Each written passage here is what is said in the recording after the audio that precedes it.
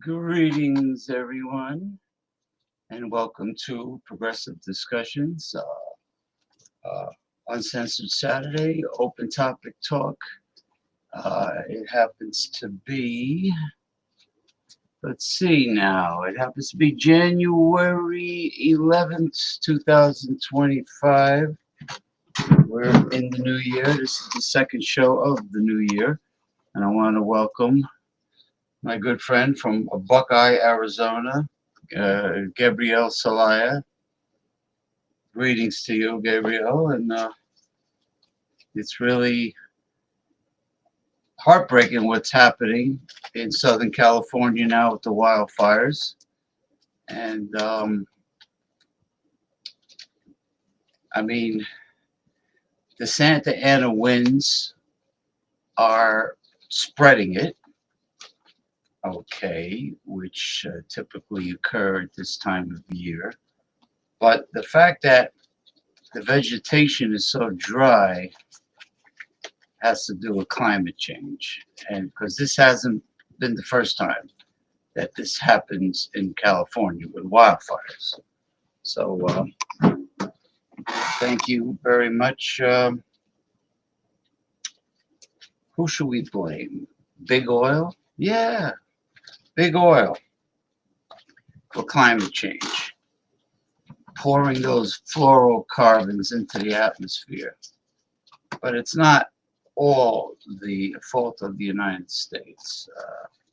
I mean, from what I understand, China has bad air pollution. I don't know if they still do. I know in Beijing, the people have to wear masks to go outside, but I'm not sure if they changed that, if they did anything about that. But we are live streaming on YouTube and Twitch. And let me have a sip of my organic hot cocoa with raw, unfiltered honey.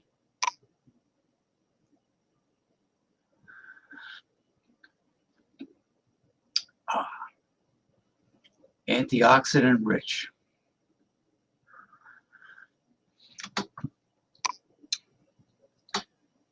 My favorite Cinco de Mayo style mug that only cost me $1 over 10 years ago at the Dollar Tree.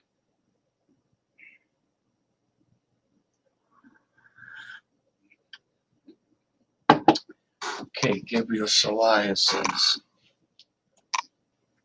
first he says, is a city burnout in California. Yeah, it is. Restaurants too, not just homes. How many houses and cars? Countless. I'm surprised that the death toll was only 11, but I'm sure there's more. But yeah, it's a sad situation, really. But what are you going to do? I think we are living in the end times, which accounts for all the chaos that's going on in the country, well, and the world too. Well, the world has always been chaotic, but it's gotten worse. Corruption, there's so many mentally damaged people nowadays, narcissistic sociopaths, greed, people obsessed with greed, fanaticism,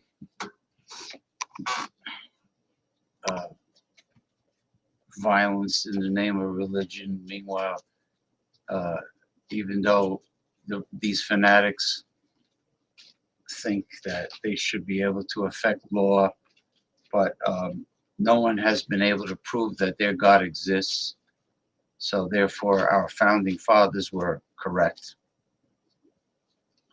by keeping church and state separate, because no one has been able to prove that their God exists. So therefore, no religion, whether they be fanatical or not, should ever affect law. And a fertilized human egg is not a baby, or you nuts out there. It's only a potential life, like an acorn is to an oak tree. Good morning, Masumi, from Chiba Prefecture, Japan. Good morning to you. It is, let's see, it's probably 9:12 a.m. Sunday in Japan. 9:12 a.m. since they are 13 hours ahead of us in time. Something like that. But anyway, it is Sunday morning, so thank you for stopping by and saying good morning, Masumi. All right. So we got Arizona and Japan, and I'm sure we'll have many others.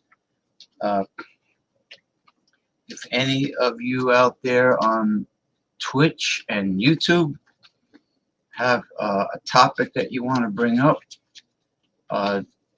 do it later on after I finish doing my thing here that I normally do at the beginning. If you want to bring up any topic, that doesn't matter what it is, as long as it's important to you, bring it up during our open topic segment. My allergies have been bothering me for some reason. I don't know what's going on. Let's see.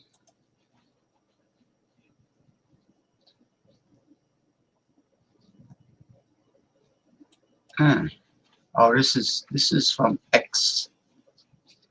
I don't want it to play automatic. No, not yet. Not yet. I'm not ready. I don't like the way they automatically play. Let's see. Okay. All right.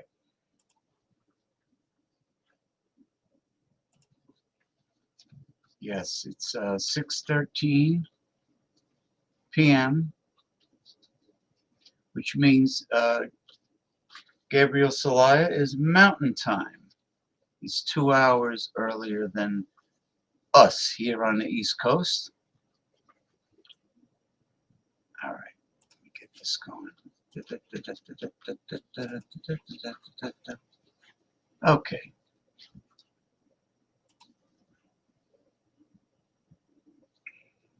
Trump promised you a big tax cut, but what is he going to take away from you to pay for it? You probably won't like the answer. Trump's proposed tax code is going to cost $5 trillion over the next 10 years, and you're probably asking yourself, how is he going to pay for that? Let's take a look at their proposal. About half of it is going to come from tariffs, which in other words means stuff that you either need or want to buy is going to cost you more money. Kind of defeating the purpose of a tax cut, but let's move on. $700 billion of it will come from us not protecting the environment. Over $250 billion of it will come from people who have student loans getting fucked over. Around $200 billion of it will come from our kids getting a shittier education. Around $180 billion of it will come from people not having enough money to eat food. Around $109 billion of it will come from people who are in destitute conditions being forced to work in order to receive the bare minimum health insurance possible. And $40 billion in denying people care they need for a severe medical condition. Unfortunately, this is what America gets when it elects a man with no concrete plan on how to pay for a massive promise that he just...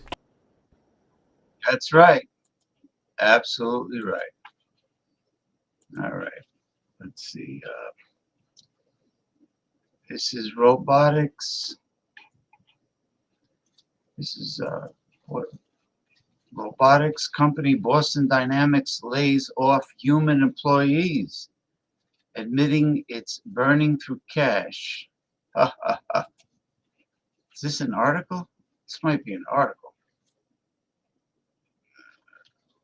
Or is there, let me see if there's a video attached to this. Well, I always knew this was going to happen. That, the companies are so excited about humanoid robots in the workforce that they never mention the part about laying off people. There is no sun out, it's dark now. Yeah, same thing with here. The sun goes down probably here after 5 p.m. Okay.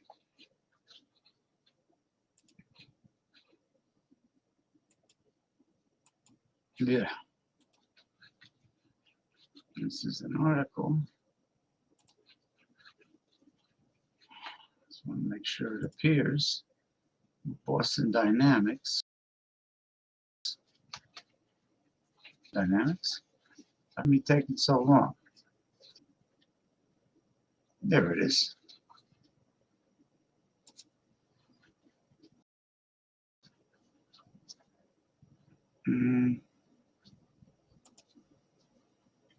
Time now for to watch next week. Starting off on the earnings front, getting a big batch of earnings next week that includes Cal-Maine, KB Home, and Delta Airlines. Delta announcing fourth quarter and full year results for 2024 on Friday. Analysts expecting the airline's Q4 earnings to gain with lower fuel prices offsetting higher wages. Moving over to the labor market, the monthly jobs report for December is coming out on Friday morning. Economists forecasting non-farm payrolls to decrease on a month-over-month basis to 153,000, while unemployment holds steady at 4.2%, and month-over-month hourly wage growth slows to 0.3%.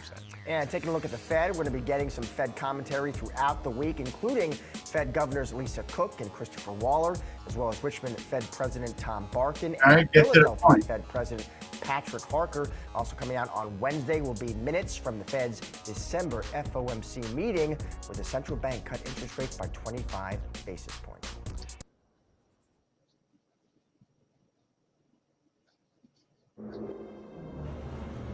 Car, this isn't the way home. It isn't. The advertisement bullshit. Boston Dynamics, the robotics firm famous for its viral videos of humanoid Atlas and dog-like Spot robots, has laid off 45 employees, which accounts for about 5% of its workforce. A company spokesperson confirmed to the Boston Globe that the layoffs impacted nearly every department. The company, owned by Hyundai Motor Group, I didn't know that, has grown its workforce nearly fourfold since 2021. CEO Robert Plater told employees that while the company's future looks good, they needed to make these cuts to save money and focus on making a profit. Oh, heaven forbid they should make a profit, and actually do some good for society. He pointed out that Spot, Stretch, and their work on Atlas are still doing well, but they must manage their money better to keep growing. Yeah, bullshit. The same CEO bullshit that you always hear. Blah, blah, blah. We are also burning through cash at a rate that exceeds our commercial progress to date. And we need to streamline our operations. Streamline, and production processes to support sustainable growth. Which means making your employees do the work of 2 or 3 people. Right? Slave driving. The note sent to employees said today is about making a very difficult short-term decision in service of our longer-term strategy and profitability goals. Well, you know what? Boston Dynamics, as a company, you are hereby inducted into the Progressive Discussions Chiselers Hall of Shame. Another greedy corporate American CEO bullshitting people about streamlining and this and that and supporting sustainable growth. Meanwhile, his objective is to increase profits, not to increase the company in terms of as a whole. The company in terms of its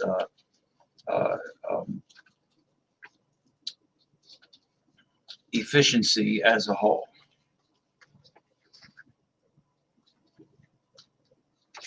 Okay. Increasing its profit most likely means more money stuffed into the pockets of the scumbag CEO. Oh, so Spot the robot dog is $75,000. That's the price tag. Okay, lovely.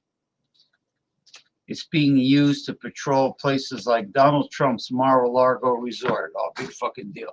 Helping the Secret Service with its sensors and cameras. Okay, so New York City Fire Department uses Spot for search and rescue missions, so on and so forth. So they're justifying the benefits and purpose of their robots.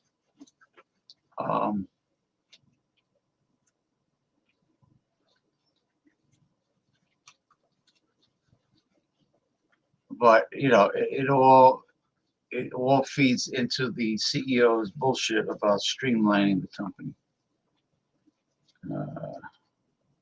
by laying off 5% of the people, which means that employees are going to have to start multitasking and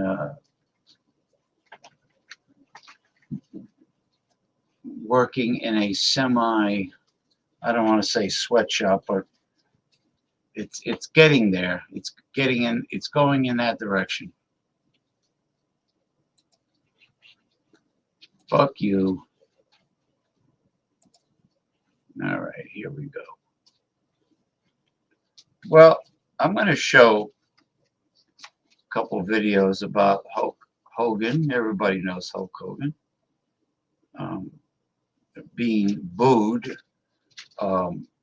aggressively in Los Angeles at the WWE's debut on Netflix.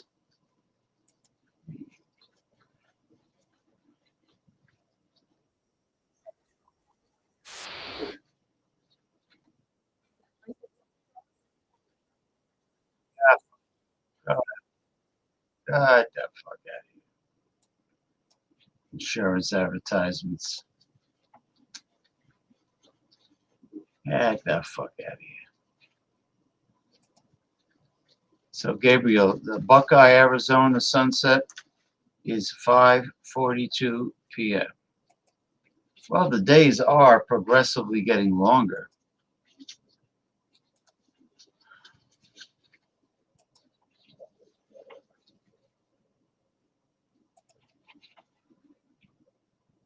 So Hulk Hogan appeared this Monday on the big WWE Raw on Netflix debut, and if you haven't already heard, he got utterly booed out of the building, which he didn't expect. Apparently WWE didn't expect, but that's what they got.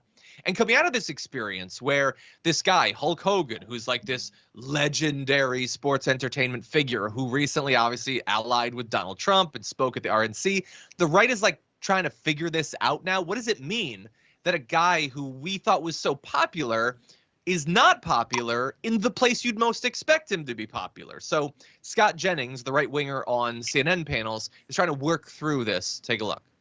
So Netflix the other night continued its foray into live events, and they had wrestling. WWE Raw was on Monday night, and Hulk Hogan came out and was largely booed by the crowd in Los Angeles. It took me aback, as you know, because I'm a big Hulkamaniac. And I started to think about why that might be. A, it was likely because he decided to get involved in politics and he was in LA and he got booed.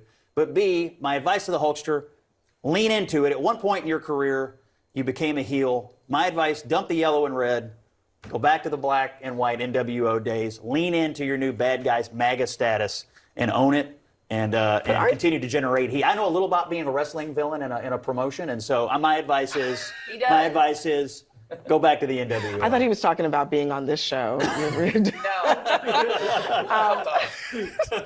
But I mean, aren't these his people? Shouldn't he be celebrated in this venue? I think when you get involved in politics, and you know, he's obviously had some controversies in his life as well. It takes a toll on him. He has a lot of controversies. Yes, he has said some very controversial things anyway, in the past. But there's something to generating heat. My advice: lean in. Look, I understand why Scott Jennings would think that. Obviously, it seems to have worked for Donald Trump. And I'm not going to be too hard on him in this particular case, even though I generally am, because I've been the person who's speaking with way too much interest and knowledge about wrestling on a panel with people who have no interest or knowledge in it. So I get that. That said, I don't know. There was some stuff about that sort of bothered me. So first of all, he's had some controversies. Yeah? What are the controversies, Scott Jennings? You want to spell out exactly why it is that some people didn't like him long before the RNC speech? The N-word stuff, maybe. That's part of the issue people have. And look, Abby Phillips is not aware of why people would not like Hulk Hogan. That's fine. Not everybody watches wrestling. They don't need to. But there are good reasons. Like, even just from the perspective of a wrestling fan, there's a lot of reasons that especially younger viewers would not be a big fan of him. First of all, he's not a great in-ring wrestler. Second of all, behind the scenes in wrestling, he's a terrible guy. He was bad for the other wrestlers. He's bad for the bit. Like, overall, he drew in viewers, I guess. But there's a lot of reasons that people have had issues with him for a very long time. Adding on the MAGA stuff and pushing in such a visible way for Donald Trump, like, yeah, an LA crowd is not going to be a big fan of that. But also, one of the reasons, Sharon, I wanted to mention this is Abby Phillips says, but aren't these his people? And I think, like, yes, they're wrestling people. That doesn't mean every wrestling fan likes every wrestler. Wrestling fans are notably very comfortable making clear when they don't like people, even people the company is pushing for them to like. But also, it's LA, but I think that there's this like theory that wrestling fans are conservative, that for some reason they're more rural or more Republican. I think we need to update our stereotypes. wrestling fans are all over, not just all over the United States, all over the world. And they come from every class and every race, and there's plenty of women that like wrestling and everything. Like, I don't think we should see this ground like the way people talk about NASCAR or something. I just don't think that's accurate anymore. And I think the Hulk Hogan thing is a great example of that. But Sharon, what do you make of all this? I think you're right. And when it comes to wrestling fans, they're the most loyal, dedicated. I mean, this is big for them. Maybe they just don't like him for all the reasons you named, or other ones, or the sex stuff, or the ex-wife. Who knows? Or maybe he's just played out. Okay, the Hulkster's played out. They're ripping off the T-shirt, the extra thick tan. They're just maybe done with him. But it's laughable to me that because he got in politics with all the other things you ticked off. I mean, come on. 100%. By the way, the people in the audience saying, and I apologize, I know this is beyond your interest, but WWE should use Hogan to put over Dom. Like, literally the only thing that would have stopped the boos was if he went and did some sort of finisher to Dominic Mysterio. That might have gotten him some cheers. But otherwise, it's what I like about the crowd. Okay, they tell you what they really think. They're not just going to bow down. Years ago, John Oliver did a segment about the WWE and all the issues under Vince McMahon. And he played this footage of Roman Reigns, who now is a mega star or whatever. I love him. But back then, he was being pushed by the company as like, this is the guy you all love. And he was getting booed relentlessly because they don't just bow down. They tell you what they really think. And sometimes maybe Republicans don't like that. And so there's all these posts. We don't have to go in depth, but there's all these posts on social media like attacking people for booing them. Like Tyler Buono, all these whiny liberals in LA booing Hulk Hogan are cringe. First of all, why is it cringe to boo someone you don't like? That doesn't fall. That's not logical. Also, why is it whiny? They're not whining. They're booing. And also, I thought you guys liked free speech. Which is it? Is it free speech except when it's taking someone that you're a fan of and booing them? They're being honest. You're trying to censor them, Tyler, and I personally think that's a bad thing. Anyway, with that said, we're going to move on to something much more serious in just a sec. Let's see. I just want to read a couple comments. Darb to the left, been with us for 35 months on Twitch and says 35 months of Damage Report being my favorite TYT.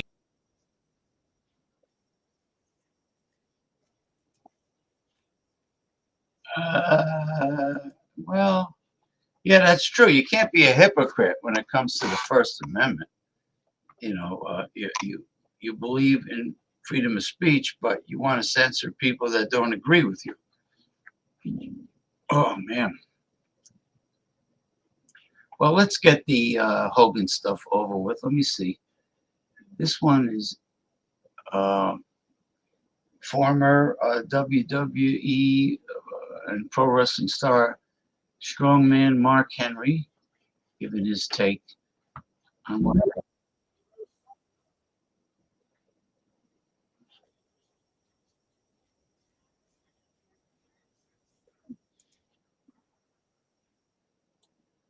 Okay, let me check the commentary.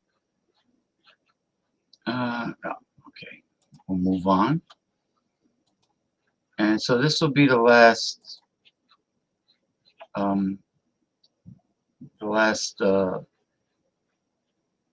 video or article concerning Hulk Hogan. Partner, because you guys insulted competitors.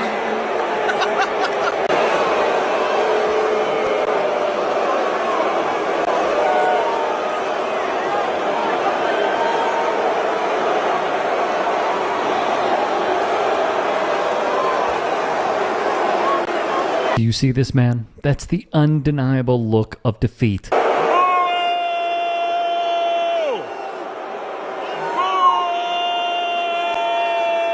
And the reaction from the crowd was ferocious as much as it was warranted. Hulk Hogan keeps getting booed, and it's so embarrassing!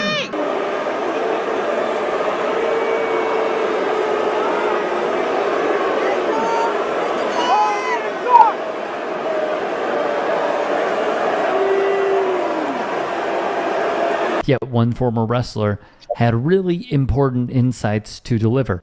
But right now, you know, with the social climate and the things that he said and done and his lack of effort to try to fix it, people are going to come down on him.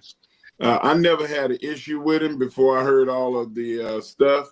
And even then, I believe in giving second chances. Anybody that knows me knows that I'm a fix-it person. I'm not going to dwell on the negative. I'm not going to talk about the past. We're going forward. And he never wanted to go forward and fix it. So, you know, that's what happens when you think that everything is going to go away. It's not going to go away. That being Mark Henry. And when asked if the two ever had a conversation about Hulk's troubled past, no, he thinks it's going to go away. That it's not going to be that dark cloud over his career. I have not said, you know, I offered to say, hey, let's do a tour of the black colleges, law schools, and explain what happened. He didn't want to do that. It's revealing. And if unaware, as we have covered previously, Hogan is heard on the tape, which was recorded in 2006, talking about his daughter Brooke, who he accused of sleeping with an African American. I mean, I am a racist to a point.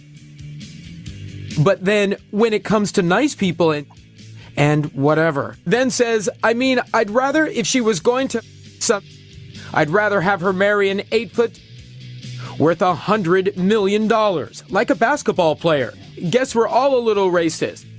What we saw in that tape is exactly what 21st century racism looks like. You may like black people and be friendly to black children, but you don't want your child to marry a black person. And clearly he has continued falling short. In a story that we brought to you yesterday, there were some sources from one site that said essentially Hulk thought it was a political hit job, which it was not. Hulk Hogan walking out trying to shill that beer and getting booed out of the Intuit Dome to the high heavens. I'm like, you know what?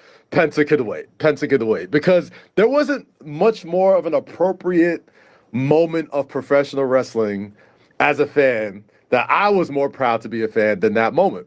This was the WWE and pro wrestling jumping into the future with Netflix, with technology. And this was the WWE universe loudly saying, we are not trying to bring this guy with us to the future. Kaz, a man who I truly admire and respect, gave his 2 cents on the subject. And hey, just a quick break in the action. You should go subscribe to my new show, The Rick Strom Show. I'm going to be interviewing people from sports, music, journalists, authors, sports doctors. It's going to be fantastic. Please go subscribe. Thank you. I just think the wrestling fan over the past 15 or 20 years have gotten to know who Terry Bollea is for the past several years, and they let him know exactly what they think about him. And when it comes to that sort of stage, it was a chef's kiss. It was like, thank you, WWE Universe. Thank you, fans, for not disappointing me. Just a few moments earlier, The Undertaker comes out on his motorcycle, and nobody seemed to boo him. He came to rev the motorcycle. Rhea Ripley did the fist up, and we all know where The Undertaker leans. He had Donald Trump on his podcast. Nobody booed him. You know, I think it was a combination of a lot of things. I think most WWE fans have gotten to know the real Terry Bollea for the past several years, whether it's, messing up the union that was probably trying to be put together for WWE that he openly snitched on in the Vince McMahon documentary. And if one does not remember the union busting effort he went on. You and Hulk were once good friends. Yeah. What's the likelihood of that ever being repaired? Never. And he's the one that ratted me to Vince when I tried to unionize. I found that out under federal deposition when Vince was put under sworn, and he didn't hesitate at all. I told my lawyer the story, and in deposition you could ask about anything. And so I wanted to know who ratted me in the locker room, because there were no agents, no one from the office was in there when I did it. So it had to be one of the boys. And when my attorney said, Mr. McMahon, has there ever been a union in wrestling? And Vince said, no. He said, has anyone ever tried to? And Vince said, well, I think Jesse Ventura spouted his mouth off about it once before. And my attorney said, did you hear Mr. Ventura? No. Well, then how do you know he did? With no hesitation, Vince went, Hulk Hogan told me. And I didn't show any emotion, but I almost tipped over in the chair because he was my friend. So look, let me say this. I think it is wise that the WWE essentially did a test run. Is they trot Hulk Hogan out because they are now in bed with him because of the partnership they have with Real American Beer. And they did this as like, all right, we're in business together. We rescinded your Hall of Fame status because of you saying that you are a racist on tape and using the N-word multiple times. We're actually 3 years later going to put you back in the Hall of Fame. But let's just see how the crowd reacts. And I agree with Kaz that that crowd booing him mercilessly, as I stated previously, is now going to say to Triple H and others, yeah, I think we're good here. We'll have the sponsorship. We'll make mention of it. We'll promote it. But we don't need to do the song and dance anymore with you. I'm sure he will make one more appearance at another venue, and that'll probably be it. And the other part that I really want to touch on is that what Mark Henry said about how he didn't want to learn, and the previous lawsuit that revealed that he's a total racist, and then the allegations that were brought forth by a model who claims that she was let go because of her race when promoting Real American Beer. A lot there. There's a lot there. And as someone who was a humongous fan, I had one of those wrestling buddies when I was a kid of Hulk Hogan. I actually had two. I had the Hulkster, and then I had when he was in NWO. To see this falling from grace is really tough. It's really tough, but you know what? People evolve in certain ways or they stay the same. And for Hulk Hogan, unfortunately, he revealed who he truly was over and over and over and over and over again. You can't. Okay. All right. Well, that's it for Hulk Hogan. There's two TikTok videos that I called Highly Suspicious Part 1 and Highly Suspicious Part 2. Hopefully,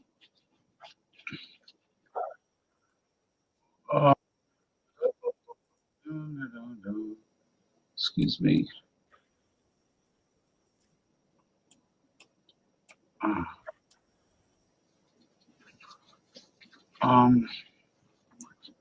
Okay. Let me check the commentary. Nope, nothing new on the commentary. Let me. All right.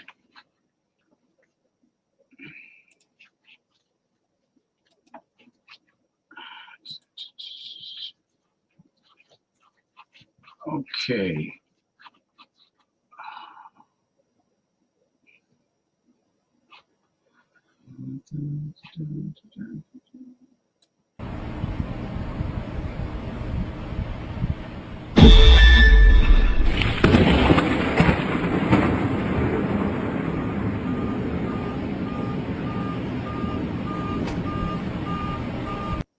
So what do you think of that? Huh?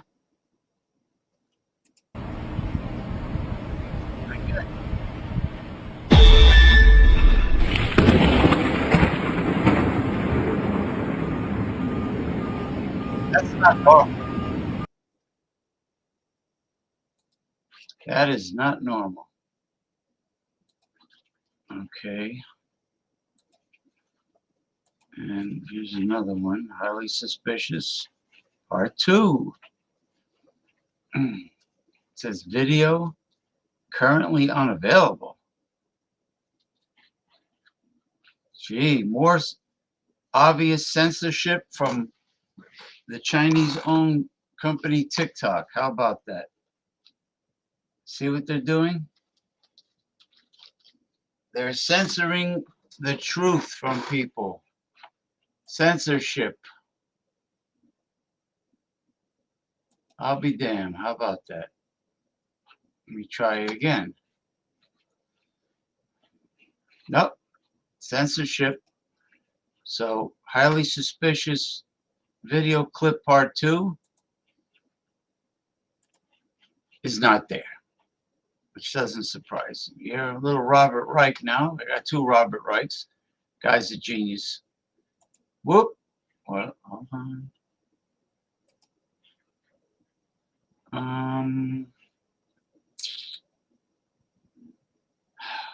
Shit. All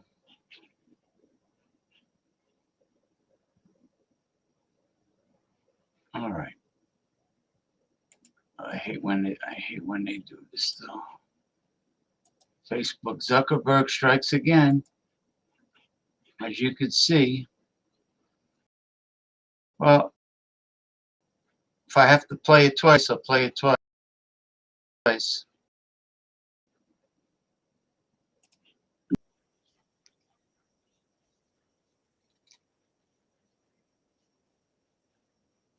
Stealing our data and trying to manipulate us. I'm not saying we shouldn't worry about how China might be using TikTok to steal our data and manipulate us. But why aren't we at least as worried about the US billionaires who own the other apps stealing our data and trying to manipulate? Yeah. You're damn right. Zuckerberg, the hook nose, eagle beak, control freak, geek, dork, multi-billionaire that's probably screwed his way to the top, and the equally wicked, but at least he gives a great speech anytime he talks, Elon Musk. All right, let me check this one out.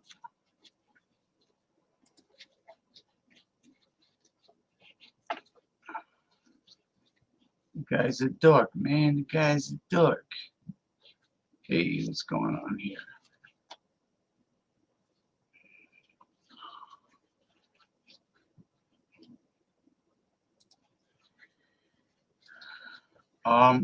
Let's see. It says the 2024 elections biggest winner wasn't Trump or Vance.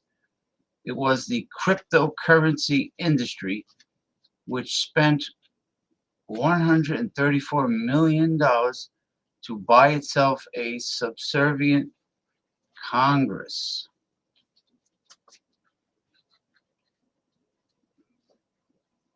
Subservient Congress. Crony capitalism, fascism strikes again.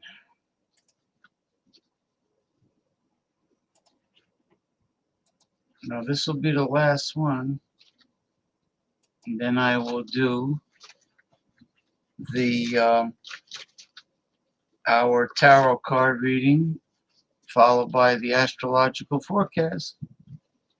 I mean, done by open artificial intelligence consultant named Lisa. And $34 million. That's how much the cryptocurrency industry spent on the 2024 election, making it the largest corporate spender of all. And it paid off. Big time. Super PACs funded by crypto companies hid their true motive, flooding the airwaves with ads that almost never mentioned crypto. Will we continue to choose rampant inflation? What happened to decency? Crypto PACs spent for and against candidates in 68 races in this election and succeeded in 85% of them. Why the spending spree? It's simple. They don't want to be regulated.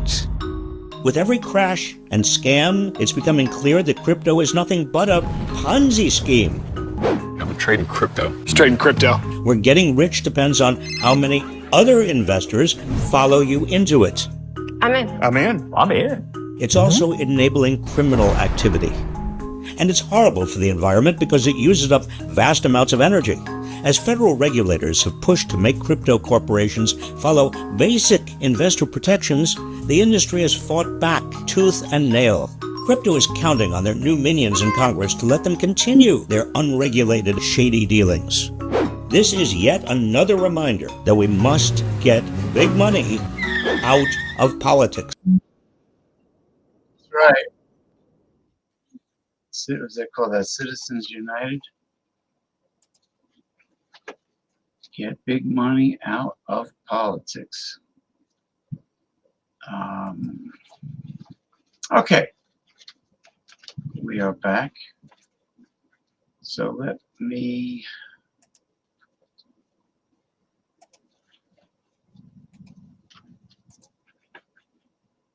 All right, let me get set up here.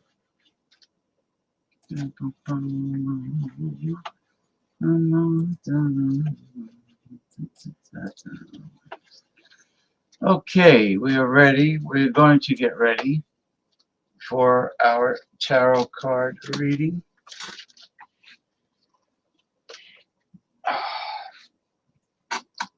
How's everybody doing? We are live streaming on YouTube and Twitch. I'm your host for Progressive Discussions. Uncensored Saturday, open topic talk, James P. Madonna. That's why I want to welcome everyone who is not familiar with the show. I've been doing this since 2007.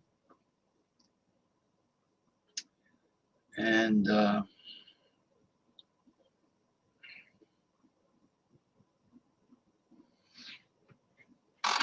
right.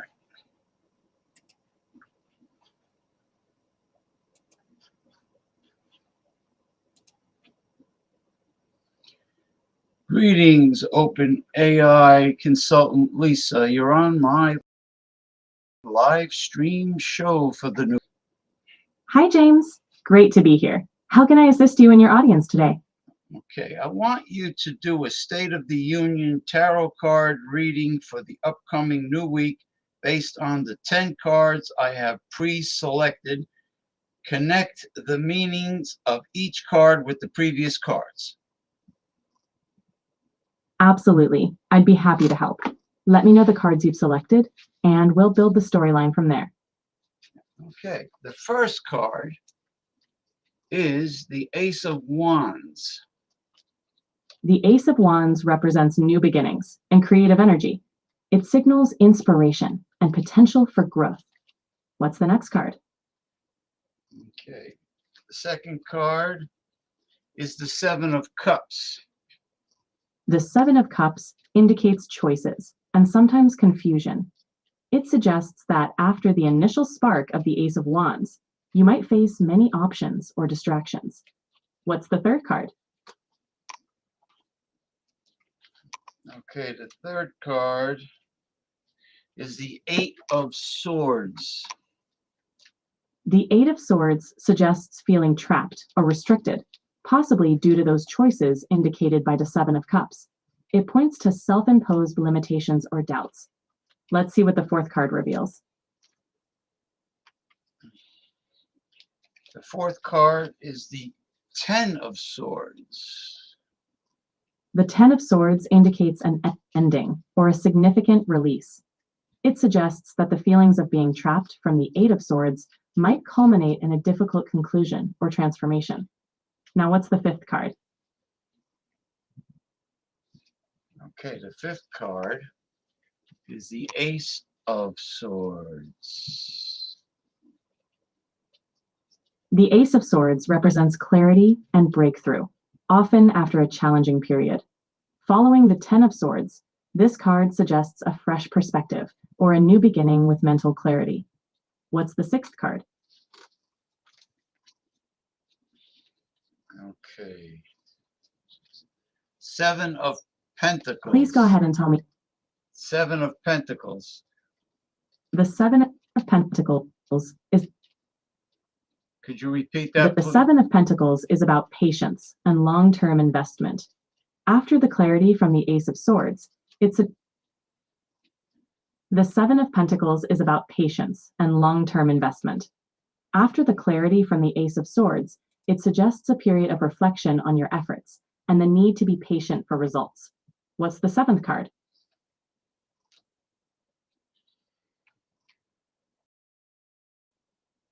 The Eight of Wands. The Eight of Wands signifies swift movement and progress. Following the Seven of Pentacles, it suggests that after patience, things will start moving quickly and momentum will build. What's the eighth card? Before I turn over the eighth card, could you please connect the cards that have already been drawn? Of course. The Ace of Wands initiates new beginnings and creativity. The Seven of Cups then introduces choices and possible confusion. The Eight of Swords highlights feeling trapped, leading to the Ten of Swords, which signifies an ending or release. The Ace of Swords follows with clarity and breakthroughs, and the Seven of Pentacles encourages patience and reflection. Finally, the Eight of Wands suggests, I'm sorry, but you've hit the monthly limit for advanced voice.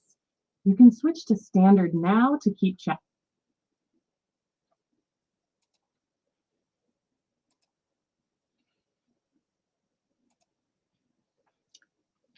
Okay, could you continue with the connection of the cards that have been drawn so far in the tarot card reading, Lisa?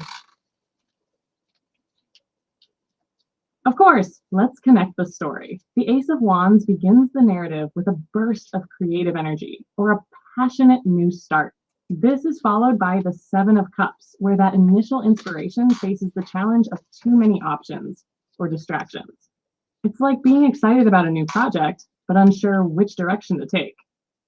The Eight of Swords suggests this indecision might lead to feeling stuck or paralyzed by self-doubt. However, the Ten of Swords shows this phase will reach a dramatic end, symbolizing a necessary release or a tough conclusion that clears the way for a fresh perspective. The Ace of Swords reinforces this, bringing mental clarity and breakthroughs, showing that out of a difficult ending comes sharp focus and truth. The Seven of Pentacles then encourages reflection and patience, urging you to carefully assess the fruits of your labor so far and plan for sustainable growth. Finally, the Eight of Wands signals rapid progress after this period of contemplation, suggesting that once you've reflected and prepared, things will start moving very quickly toward your goal. It's a story of creative beginnings, challenges with focus, self-imposed limitations, tough endings, clarity, patience, and ultimately fast-forward movement. What's the next card? Okay, the eighth card in this week's tarot card reading is the Pope. The Ace of Cups? If this card brings an emotional and spiritual renewal into the mix. After the rapid progress of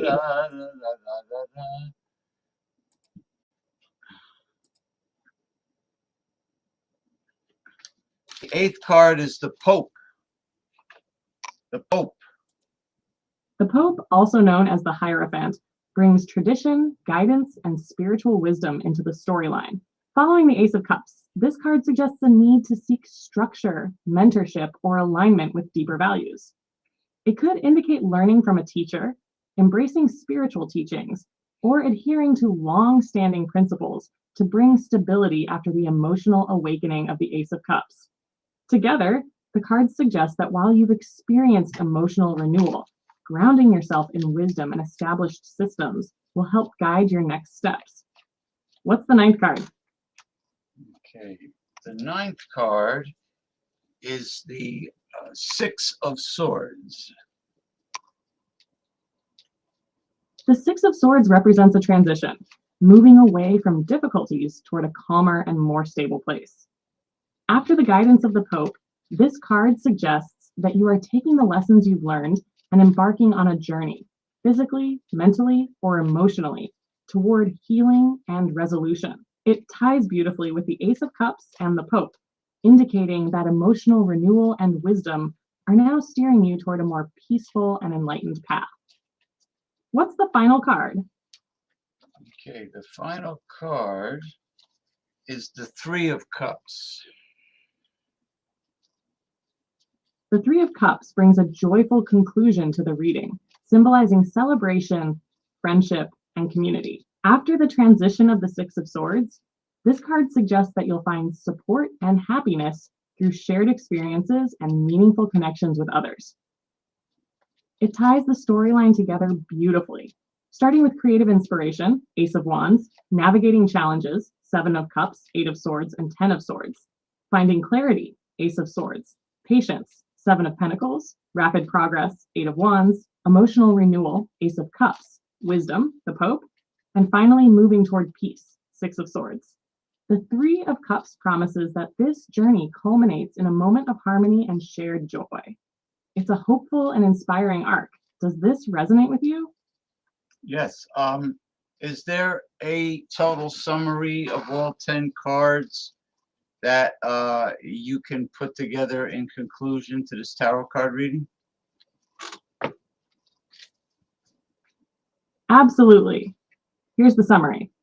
This reading reflects a powerful journey of growth and transformation. It begins with the Ace of Wands, symbolizing the spark of inspiration and creative potential. However, the Seven of Cups introduces a moment of uncertainty, as many choices or distractions cloud the path forward. The Eight of Swords reveals feelings of limitation or self-doubt. To the Ten of Swords marks a difficult but necessary ending, clearing the way for new possibilities. The Ace of Swords follows, bringing clarity and mental breakthroughs, while the Seven of Pentacles encourages reflection and patience to carefully assess progress and plan the next steps. Momentum builds with the Eight of Wands, signifying rapid progress and the ability to move forward with energy and focus. The Ace of Cups brings emotional renewal and an open heart, while the Pope offers spiritual wisdom and grounding through tradition and guidance. The Six of Swords indicates a significant transition, moving away from challenges and toward peace and healing. Finally, the Three of Cups concludes the reading with celebration, connection, and joy shared with others. In summary, this spread reveals a journey of overcoming challenges, finding clarity and guidance, and emerging into a phase of peace, fulfillment, and shared happiness. It's a reminder of the transformative power of resilience, introspection, and connection. Very good. Thank you. Okay. Can you please be on standby while I get set up for my second request from you? Of course, James. I'll be right here whenever you're ready. Take your time.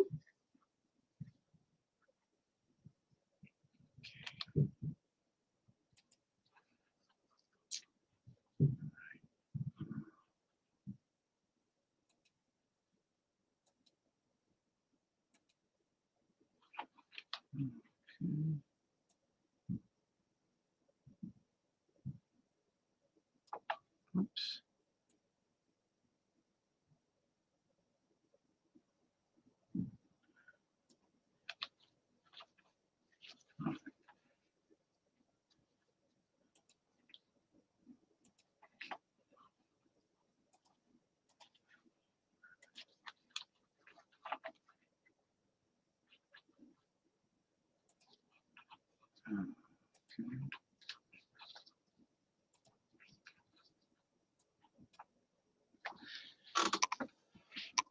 Okay, Lisa, I want you to do an astrological forecast from January 12th to January 18th, 2025, and the birth date is August 2nd, 1776 in Philadelphia, Pennsylvania.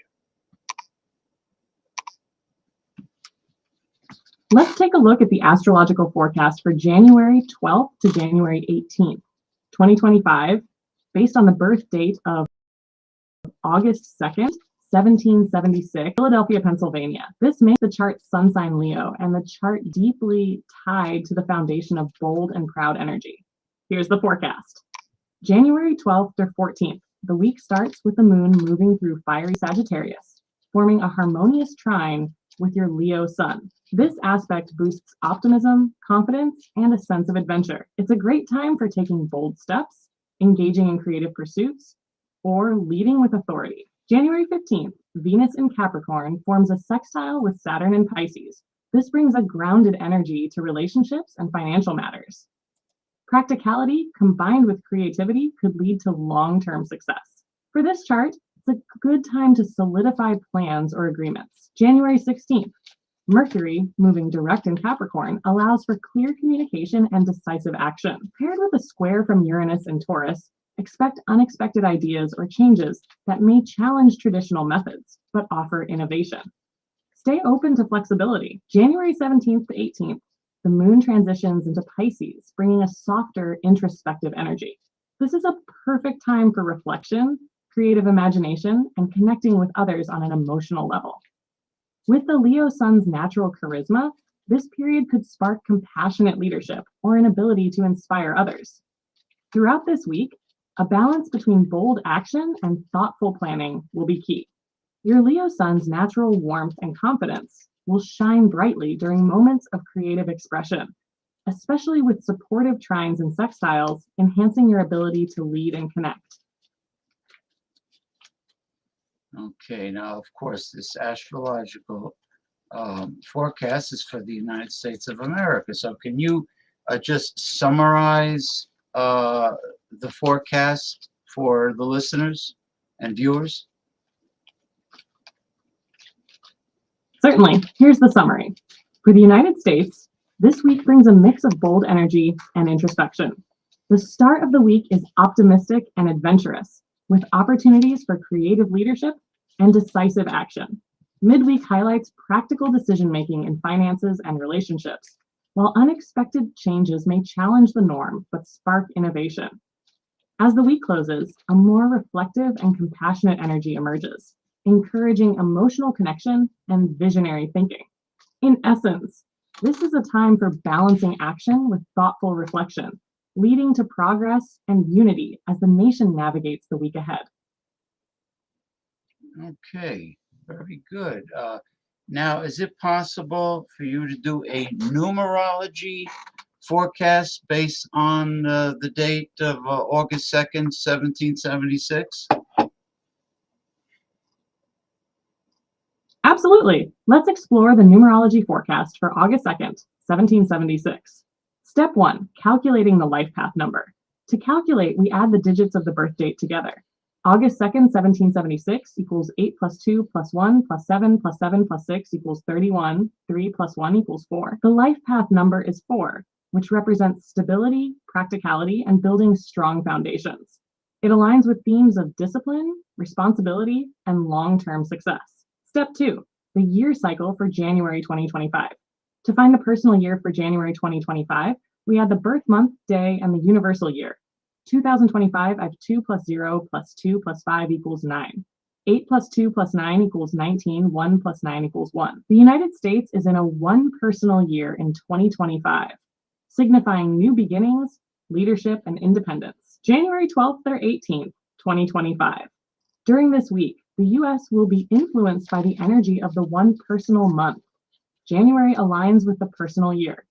This reinforces themes of innovation, individuality, and starting fresh. It's a week for initiating plans, embracing opportunities, and asserting leadership, with the 4 life path providing the grounding needed for sustained growth. Summary: this numerology forecast shows the United States in a phase of new beginnings and leadership, with a focus on building a strong foundation for the future. This week is ideal for innovative ideas, decisive action, and setting the stage for long-term success. It's a time to embrace the pioneering spirit while maintaining practical, steady progress.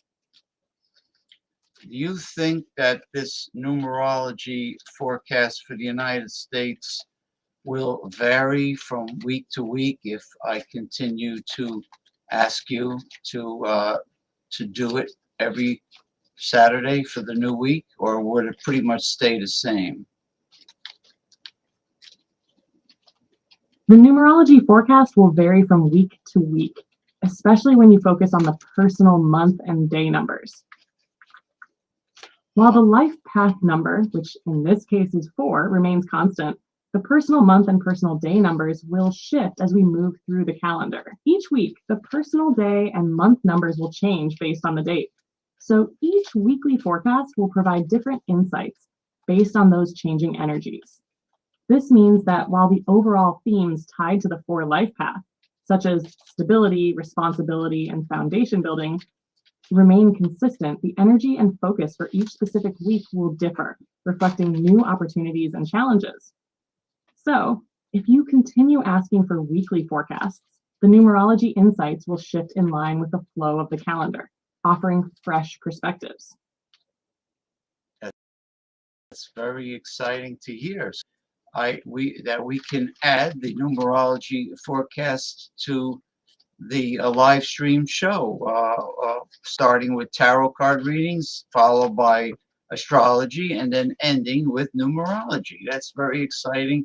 I am very pleased to hear that. And of course, the job that you do is second to none.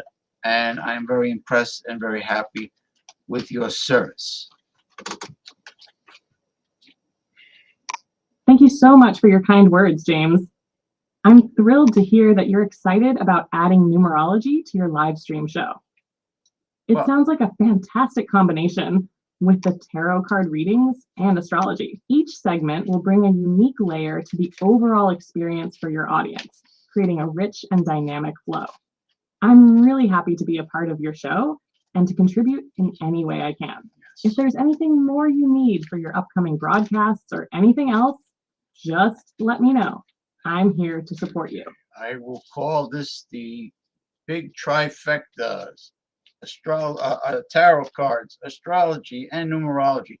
Thank you, and I will call upon you again. Open AI Lisa. I love the name Big Trifectas for your segments. It's perfect. I'm excited to be part of the show, and whenever you're ready, just call on me and I'll be ready to assist. Thanks again, James. Thank you. You're very welcome, James.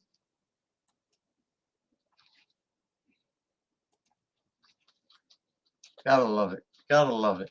Anyway, Gabriel Salai, I hope you enjoyed the trifecta, the big trifecta, or should I say the three amigos?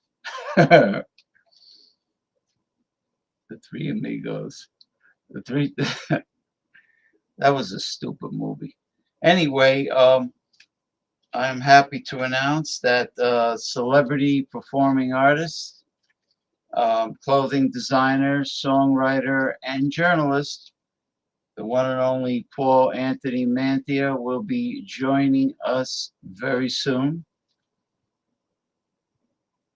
And he just told me he will be coming aboard our Progressive Discussions pirate ship very soon. We are live streaming on YouTube and Twitch. And I was very pleased knowing that I can add the addition of numerology to the other two. The big trifecta it went over really big, and this was the debut of our big trifecta. So anyway, let's see. Well, I will patiently wait.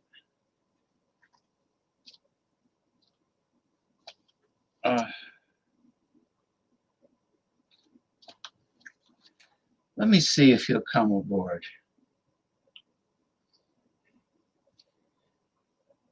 I am live streaming right now, Mr. Corky.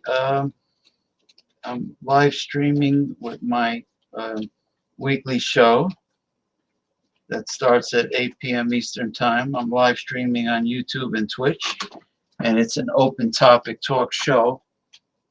But I do start out with hard-hitting politics, the environment, science, things of that nature. And then I follow it with a tarot card reading for the country, followed by an astrological forecast for the country, and ending with a numerology forecast, all done by OpenAI, which I have completed. And now it's a free-form no holds barred, open topic talk. So if you want to come aboard, you're welcome. I'll send you the link. You can come aboard with your webcam, or if you want to just come on with like an avatar image or a photo and just come on with audio, that's up to you. All right. Let's see. Okay.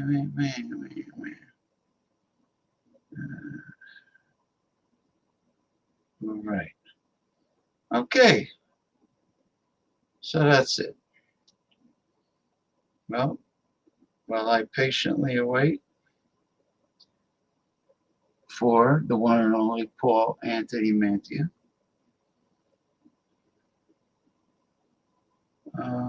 Let's see. What's this here? Stop buying cage-free eggs. Stop buying cage-free eggs? It has a picture of a sad egg and a happy egg that Gabriel sent me. Now, I usually try to get either pasture-raised eggs or organic, because it's not how much land, how much ground the chickens are able to travel on and walk around. It's the quality of the food that they consume, to me, that logically determines the quality of not only their eggs but their meat. You know, you put, garbage in, garbage out. Quality, high nutrition density, high nutrient density food that goes in, you're only going to get the same thing coming out. And of course, it has to be organic, no antibiotics, no hormones, and a very well balanced, high nutrient, high vitamin, high mineral chicken feed. Chickens are not vegans. They are omnivorous, predatory, and scavengers. They're everything. And they are very much predatory. Chickens are related to the carnivorous dinosaurs that we all love, Velociraptor, Tyrannosaurus Rex. They are definitely related to the predatory meat-eating dinosaurs. They're smart birds. They're not stupid. They're very smart. And well, I don't pay a lot. I usually, it depends. There's 3 companies that I look for, but my main objective right now, I've been getting eggs from a company called Noah's Pride. They're these 2 old geezers on the front, on the label. This photo of these 2 old guys. They're Amish. It's from Pennsylvania, and the eggs are organic. And let me tell you, the jumbo eggs are really jumbo. And very often, every time I crack 3 eggs to cook, I always get one with 2 yolks. And I'm not yoking around either. That's no yoke. I'm in ecstasy. I get the double yolk.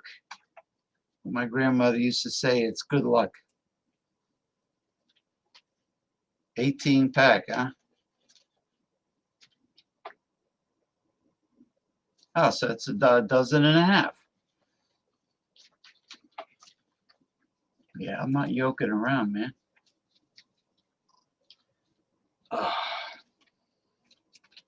Oh, I'm not yoking around.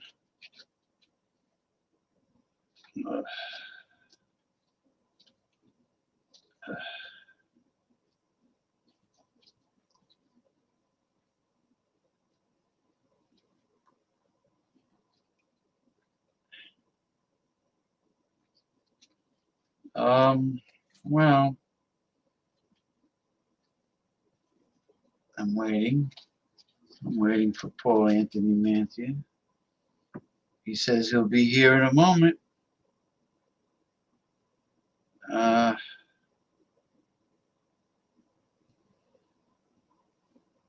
Yeah, a friend of mine says many celebrities' homes were destroyed in Los Angeles with the wildfires.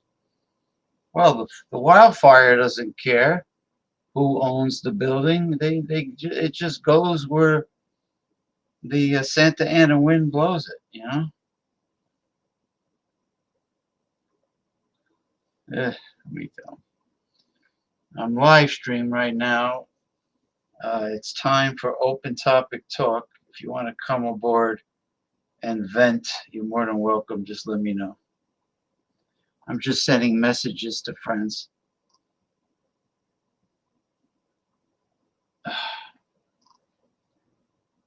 Oh boy.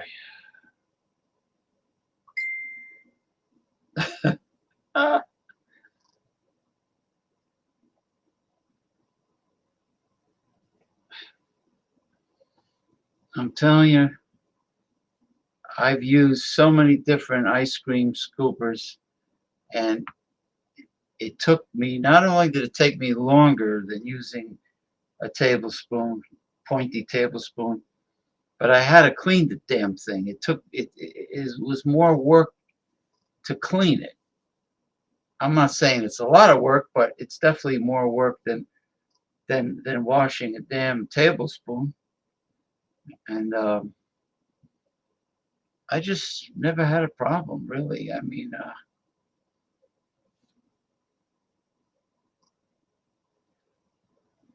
as I'm talking to you, leaving you audio messages, it's going on my live stream show. So if you want to climb aboard my pirate ship, I am live streaming on YouTube and Twitch, and it'll be good to have a representative from I don't know, I guess from Tennessee. I don't know if they call that the Deep South. I guess it could be deep. Depends on if you're in Kentucky. I guess it's deep, semi-deep. He's in Tennessee. He's in Western Tennessee. So, okay. As I wait for the great Paul Anthony Mantia. Where are you, Paul Anthony Mantia? I'm waiting. Anyway, anyone out there on Twitch or YouTube that wants to bring up a topic, any topic, if it's important to you, bring it up. If you have a question based on that topic, ask away. Don't be shy. I will try my best to accommodate anyone's input. You know, as long as you're not a troll, you know, that's here to bust my balls, you know, I'm perfect. I'll be perfectly fine with you. Aldi's is a great store. Let me tell you about Aldi's. You got to check out their store brand frozen hash brown potato patties for breakfast. You got to check out their store brand Spam, which totally blows away the regular Spam. You got to check out their store brand corned beef hash. You got to check out their store brand chili with beef. You know, you got to check out their product, and they have a great liverwurst, big package for low price, and also check out their Black Angus all beef frankfurters, and as well as their other sausages. Okay, we're getting we got a load of messages here. Keto is the toughest thing yet, and wondering where whether to just swap alcohol for NA drinks. No, you know what you do? You know what you're probably doing, Western Mike? You're probably cutting out the fats. You have to consume the essential fats. You have to. Because that's how your blood sugar is stabilized. And when your blood sugar is stabilized, you feel full. You don't feel hungry. Most people fail with keto because they cut out the fats because they're brainwashed by their medical doctors to think that fats are bad. These doctors demonize all fats. No. Fats are high. Fats are essential nutrients. It's the refined carbs and sugar that's toxic. And what's even more toxic is the hydrogenated fats, okay, the trans fats, and high fructose corn syrup. Greetings, Ronnie S. I am anxiously waiting for Paul Anthony Mantia. He says he'll be right there. But when he says I'll be right there, it's not really right there. I played a couple of videos about Hulk Hogan getting aggressively booed in Los Angeles during the Netflix debut. Western Mike says, last night did not ask out any women first and acted friendly instead of macho or sexual. Ooh. It felt good to not be weird. You know it's even less weird? Don't ask anybody out. Don't give them any validation. If they're into you, they'll let you know it, believe me. There he is. Western Mike says, oh, oh, oh, oh. Oh, oh. There he is, the one and only. Oh, you heard me go. Oh, oh, oh. Yeah, the one and only, the Paul Anthony Mantia. And hey, so, we got anybody watching from California? Oh, I forgot you don't have no electric right now. And soon to be the evangelist, the Archbishop, Paul Anthony Mantia. Do we have anybody from LA watching over here? Or anybody? Well, anybody out there? Western Mike is in San Francisco. He's in Hey, Mike, how's San Francisco looking? You think those fires are gonna blaze? You think did San Francisco mock God? Because I haven't looked that one up. Because if you did, they did, I promise you're gonna get burnt to fucking crispy crisp. Do you know? Did you see the video I sent you where during the we'll make sure that his house gets saved though. We won't fuck his house up. Did you see what happened during the Golden Balls Awards? I mean the Golden Globe. I saw something I saw something like a week ago, and it was a show, and they were playing a game, and they were making votes, and they had God up there as one of the votes, and the host came out and said, "Well, wow, God got 0 votes. Oh, but Satan got all the votes." And then she says, "Well, that's typical for a godless city like this." That's what she said. And yeah, I remember. Later, the whole fucking city's on fire. That's why I said, don't mock God, you know. When I saw her do that, I said this. And then I came out. Do you remember, James? I sent you the message. Remember in February of 24, when I did a prayer, actually live on here, we prayed. I prayed that God would destroy California for everything they've done, including my ex. Destroy them, but not kill them. Don't kill them. Destroy them. Like, you know, you remember, you know, during the movie Jesus of Nazareth, where he told everybody, you can walk with me, but you got to leave all that material and everything that you own behind and own nothing and walk with me free. Or you could stay there. So they did give them a choice. There are people that literally sat there in fucking LA that burned to death, holding on. They found people holding on to their fucking TVs, man. All right. Their fucking TVs. That should tell you something about these fucking crackpots in Hollywood, fucking LA, the Palisades, all those celebrities, those cocksuckers, Paris Hilton up there. What a fucking flake. I lost my house, but I still have another one. You're sitting in a mansion crying about a mansion that you lost, not even thinking about the fucking families that lost their shit, you piece of shit, bitch. Yeah, I hope somebody that knows her is listening. I know there was a whole bunch of celebrities that lost their homes, but you Good. know, They fucking deserve it.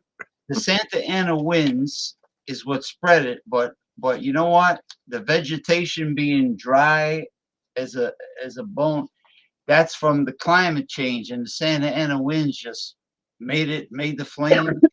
Did you hear about the earthquake this morning in California? You heard about it? Oh. You know, last night I went on the radio a little bit. I also went on Facebook and I said, you know, I did do a prayer that California gets struck with a fucking earthquake. I said, and then after the earthquake, give it a couple, you know, I don't know when, but there's a tsunami coming. Get ready. You know what that does? That's going to cleanse all the dirt bags off the fucking earth over there. Well, you know what causes tsunami, and I think it's cleaning time.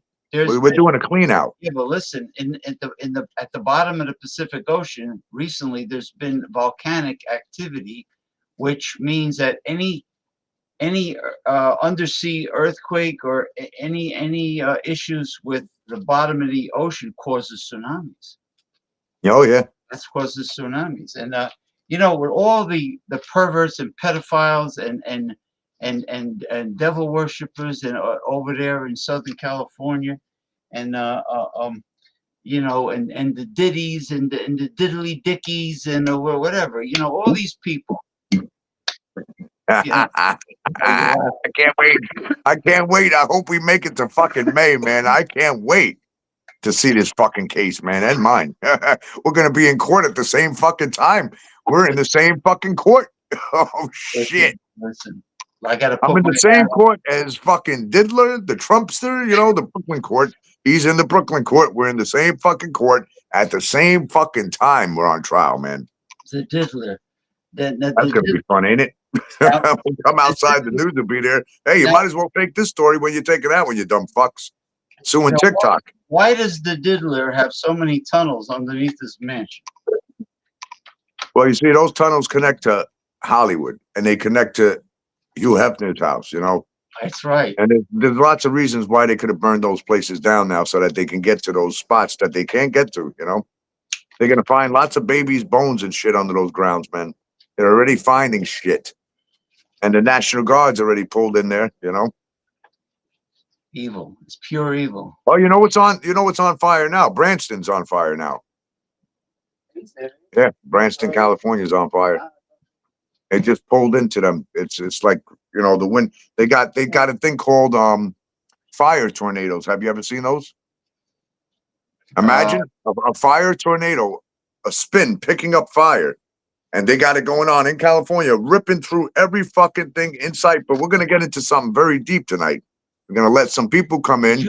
If these motherfuckers report me for talking about this, I will personally find where you fucking live and I'll take a shit right in your fucking mouths. You know what? You know what TikTok did? TikTok removed one of the videos I was supposed to show of it looked like a huge, like a laser bomb coming from the sky. Oh yeah. I seen it, and they took that down, and then I went and well, lately I haven't had no problems with TikTok for the last 3 days, 4 days since Jane has been arrested. That fucking bitch. Okay. The sound it made, it was like. Yeah, well, since she's been gone, I posted shit, and they're not taking my stuff down. I'm posting guns up there. I'm posting violence up there. I'm posting shit that I'm seeing out here, and there ain't no fucking reports against my shit. Now it shows the truth that when Jane was out, all my shit was getting reported by her and my ex. Now they know I'm not fucking around. There's an arrest made. Now they see an arrest. Now they're fucking scared. So now they backed off. But guess what? It don't matter because you dumb motherfuckers don't realize that I subpoenaed TikTok to give us all their fucking records of every single person that ever reported me on every fucking page. So for who shows up, when I really want to see the person that reported me for bringing the Coney Island cops on there. 2 nice cops that were only sharing and spreading awareness for the holidays. And somebody went on there and reported it and said the cops were bullying and harassing, and that video got fucking banned. Now, you know how serious things like that are to me when a video like that gets banned and me showing things that are really going on. But when I go on TikTok and put things in the search bar and I find little girls up there touching their fucking asses and talking about twerking and sex, and then they tell you to go look in the bio and in the comments and you click on it and it takes you to a site where you can pay that little girl for fucking sex. Right, TikTok? That's okay. And then I report it and you tell me there's no violations found. Oh, but we removed it from the For You, and we removed it from people being able to search it. But we didn't remove the video. But we do know that this is sex trafficking, by the way. Oh, yeah. What is that going to look like in the courtroom when I get in the courtroom with TikTok, okay? Everybody's more concerned about data breach and this and that. You know what? They didn't see what I was fucking downloading the last 4 years while they're violating my ass and allowing the those cocksuckers to form groups against me and playing their acts out in person. I said, you know what? I got over 2,000 videos, TikTok, showing you selling weapons, little kids using weapons. And I also got something really fucking bad on you right now. That torch gun that you sold, and you're showing people how to use a torch gun and how to set the woods on fire, propane guns with extensions on them, things that you're supposed to use for barbecuing. Who the fuck needs a fucking gun that big to fucking start a barbecue fire, you stupid fucks? And they're selling the shit. I posted it. You could see it. You see the box and everything. It shows you. On the box, they show you the torching a fucking whole land of fucking forest. On the box.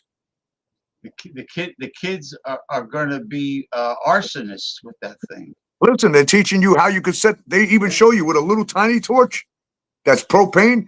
They get this little tree, and they even show you metal cans, how you could burn metal right through metal with it.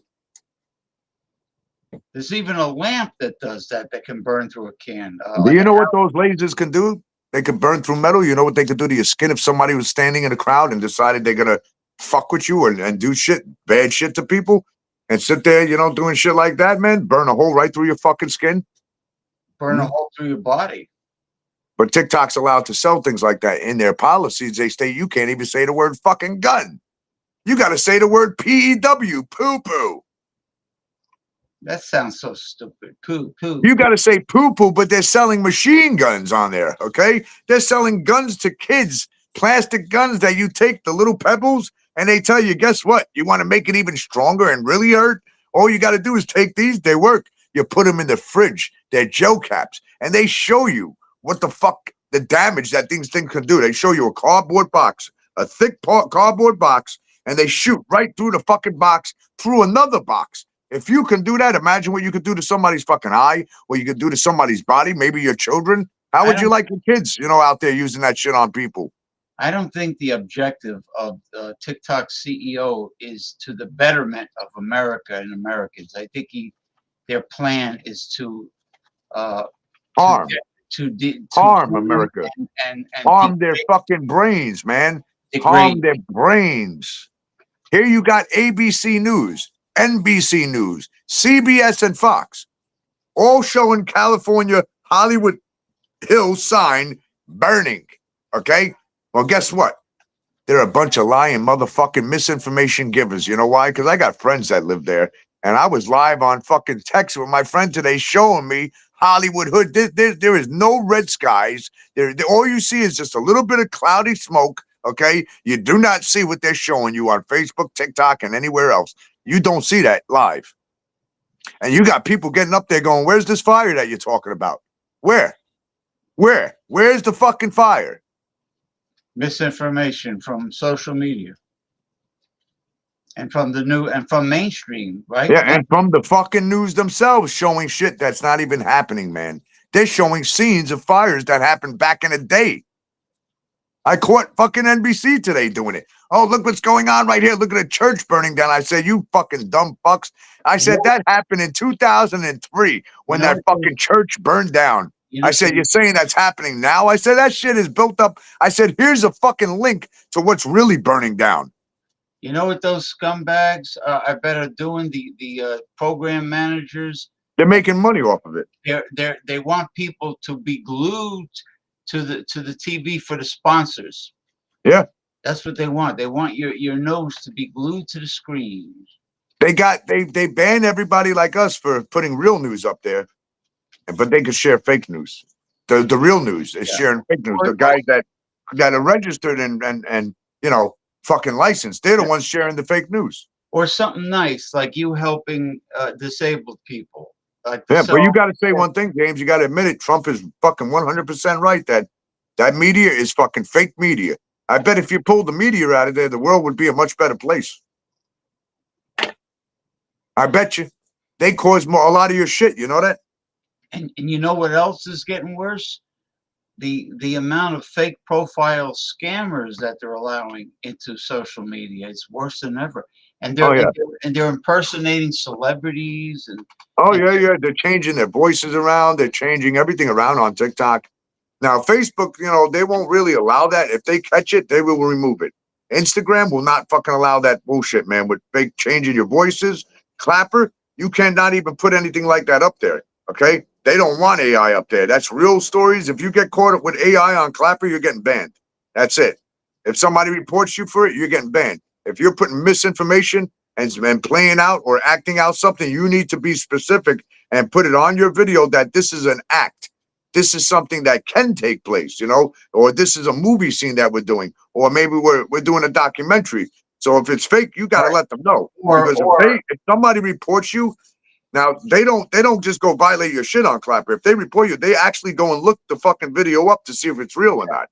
And they'll come back and they'll tell you and they'll ban the person that reports you on Clapper. Or you have to say this is for entertainment purposes only. Mm-hmm. In other words, you cannot take something fake and try to pass it off as being real. On Clapper. Okay. Yeah. I just wish. And they don't allow people to attack you on Clapper the way they attack me on TikTok. That's why I'm taking TikTok to court, and I got them. They're fucked. They're fucked. They're not only they will not be able to fight against what I got. They're not only fucked by you, but they got to figure out how they're going to tell real quick. I'm sorry. They got to figure out how they're going to tell the judge why you allowed somebody to report a video with people with cerebral palsy.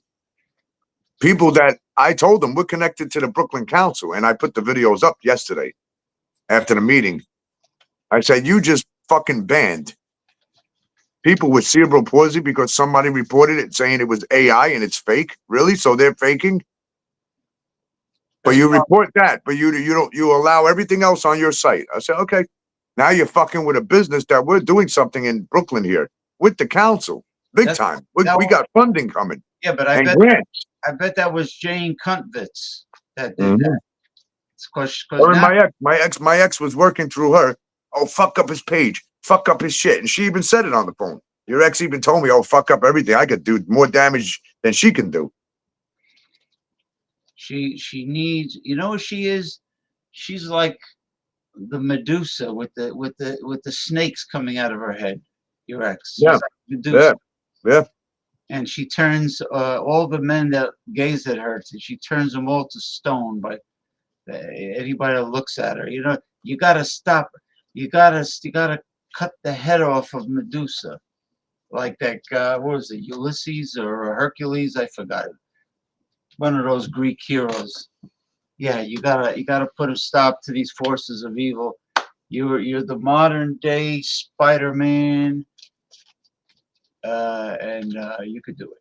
All right, so let's get into a little conversation about these fires. So I want to tell you guys my research that I've done in the last couple of days now, and a lot of people know me for working on cases like the Idaho case, the Gabby Petito case. I worked on Hawaii. I worked on, multiple cases that had to do with fires and Hawaii fire. Oh yeah, well, I want to bring something to people's attention tonight. Maui. That was the island of Maui. That was very mysterious. Yeah. Very mysterious. Well, I'm going to bring something to your attention. So after my research and looking at the aftermath of things, I have friends that sent me video. Okay, I don't want to see what the news is posting. I said, listen, they're getting out there. They got drones. They're taking pictures of shit, in the Palisades and. They send me some stuff, and as I looked over it, I noticed a lot of things. I noticed the same thing I seen in Maui. You can somebody has to explain this because there's no explanation in American history that can explain this. And I don't want to hear that oh, it has to do with the climate and moisture and all that shit. I don't want to hear it because I'm going to explain this. I went to Boy Scouts, okay? I also owned a couple of houses upstate in the mountains, and I still have property up there. And we used to take giant, when it was freezing out, man, it used to freeze out there. Big fucking stumps of wood like this, and throw them in our big fucking fireplace, okay? And literally within 7 hours, that entire stump was turned to complete ash with a fire burning at a normal temperature that you burn in a fireplace. Now, you need to think about a fire that's going on in the hills of Hollywood, okay? All these houses are burning down right now. You see the aftermath? Can somebody explain why everything around what I'm going to tell you is singed, fucking gone? But there's a tree standing right in the middle with grass around the fucking tree, and the leaves are still there, and the wood is in perfect tact, but every fucking thing around it, and I mean surrounding it, completely fucking gone. Oh, yeah. So the flames were going, and it just apparently missed that fucking tree, right? Here's another one for you. A car. 6 cars, all in a pile. Now you're in the woods. How the cars got in the woods, God knows, okay? The aluminum is fucking melted on the fucking car. Do you know that it has to literally be like 6,000 degrees to even start melting aluminum? Oh, really? I didn't know aluminum. Oh, yeah. But it's got to be, the cars are completely singed. Now, underneath the cars, the grass is still there, the woods are still there, and the trees are still there. But the cars are completely fucking singed. Now, here's another one for you. In the back seat of one of those cars, how did you see that? Well, the windows are all gone. The window breaks when, heat can break window, just like high-pitched sound. If you got high-pitched sound, you can actually break glass, okay? We'll talk about that another night. But anyway, so in the back seat of this vehicle, guess what was in there? The seats are completely singed out. My friend is showing it, and he's pulling something out of the back seat. He goes, what the fuck? A pair of blue jeans, and completely intact, untouched. But everything else in the fucking car is completely fucking singed. All right, but everybody goes, well, he could have put that there. Okay, well, how about this one? I got one for you. A whole bunch of cars on the highway, completely singed. And this one I posted. And I made sure I put an arrow pointing right towards the object that is still fucking in complete tact. Not a fucking scratch, not a burn mark, glass, everything's still there. But every car around that motherfucker melted to hell. No tires, aluminum everywhere, melted on the ground in liquid form, okay? Everything is gone. Even the ground was burnt, sinking. But can you explain this to me? Why in the fuck is there a blue Toyota sitting there completely untouched? Just like Maui, when I showed you the car. With the arrow going, what the fuck is that? Jesus. It's incredible. Can somebody out there explain that? Is that alien life form? And then another thing, let me bring this to your attention real quick. We're going to jump from one to one and go back. The drones. Donald Trump came out today. I don't care who the fuck don't like him, but I'll tell you one thing. He's going to expose everything because he said this with the military sitting right next to him. I don't know why the government didn't tell the people what these are. They should tell them what they are. And yes, they are over my house, and I don't know what they are. The military guy comes out and goes, they've been sitting over our infrastructure, military bases for over 2 years. We have no idea what these things are. They're so fast we can't even see what they are. The minute you look at them, they disappear and go dark. Maybe they're using a cloaking device. Maybe they're still there, and they just make them. And Trump came out and said, and there's things that people say you got to really listen to politicians when they talk. He said this. He goes, well, can they possibly be ours? I would hope they were, but I don't know. But can they possibly really be the enemy getting ready to strike us? When somebody comes out and says it like that, you got to really think about things. Why wouldn't the government tell you? If they were ours and they were looking and researching things, they would tell you. What are they hiding? Well, now they're not. Now these UFOs lately are not hiding anymore. They're out. Oh no! They're showing you who they are. Which is not good, because if they're out in the open, they're showing you. That means that the next step is invasion. Yes, but only the good people will survive. Only the people that never mock God. You will still be here, but the ones that mock the Lord Jesus and God, I'm going to tell you right now. I just want to There's no forgiveness for you. There's no forgiveness. When you mock, the one thing is, and look, James, you can tell them, God will forgive you for everything. But there's one thing he will never forgive you for. When you mock him, and you mock his name, California, and you mock his name, New York City, and you mock his name, the government people. You know who you are. We're not going to mention your names. And the industry mocked his names. And everybody that mocked his name out there, right? You think that you're going to be forgiven for that? Nah. There's no place for forgiveness whatsoever for you. And you can look in my eyes. See those eyes? There's no forgiveness for you at all. You have the stare of better than Bela Lugosi, better than Dracula. Piercing. There is no forgiveness for any of you. When you mock the Lord's name, sorry. Yeah, but that's the one thing. People curse God's name when you say you curse God's name, but you get forgiven for that. But when you mock the Lord's name, in the old days, zero. Really zero? Huh? Hollywood zero. In the old days, the Hollywood stars, there were a lot of decent family men, that went home to their families. Like Charlton Heston, I heard, was a really good guy. They weren't all a bunch of perverts that went to Hollywood parties. But now, forget about it. Now they're totally evil, sickos. And I just want to tell everybody, you notice that Paul and myself are color coordinated, sort of.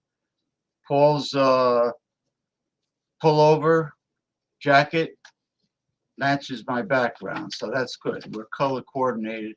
But getting back to the perversion and the evil, it's too much of a coincidence that all of a sudden, they mocked the Lord at the Golden Balls, what the fuck, Golden Globe award-winning ceremony, and then all of a sudden 2 days later, boom! And you're telling me an earthquake occurred also, and the tornado fires. And well, you can go to the TikTok, and I posted it 2 days ago that I did say I prayed that God washes away all the people that mocked him, mocked his people, the people that did evil and wrong to his people. And I didn't ask him to kill them or, to burn them. I asked him to take all the materialistic items that they use against all of us.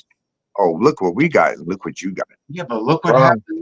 Remember when people get hurt and they don't have no food, and you sit there and you walk past a homeless person and you got all that fucking money and you mock them. Remember who you could be mocking. That might have been God asking you for food. You think he's going to help you after you did that? Nope.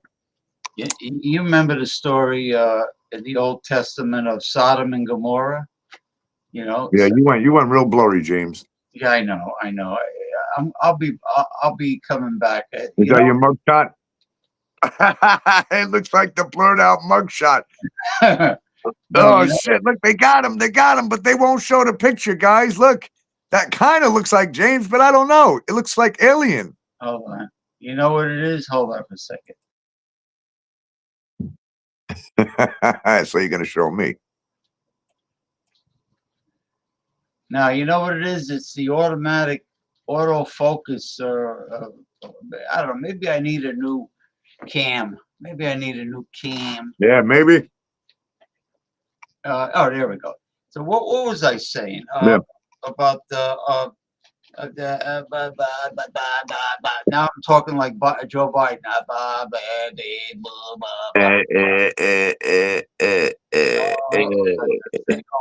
Did you see the video with Obama and Trump sitting there talking to each other and laughing, man? Well, Really? And then listen, no, this is fucking is live. Yeah, but I downloaded the live, man, okay? The fucking live, right from the fucking, CNN and everybody up there. I downloaded that shit. You could see now when Kamala and her husband walk over, him and Obama are doing this. Look. Looking at it like this, both of them. And then Obama reaches over to Trump and goes, while they sit down in front of him, man. Yeah, but something is definitely going on because they were laughing way too much to be enemies like that. Enemies sitting at Jimmy Carter's funeral, okay? But the thing is this, well, G.W. Bush refused to acknowledge Donald Trump or shake his hand. I know that. But the thing is, wasn't Trump going after Obama for his birth certificate? And yeah, and their best friend. They're smiling. Yo, they were about to fucking slip the tongue, man. Seriously, I'm telling you. I saw Obama's birth certificate and his college when he was young. He used a different name. I mean, I saw.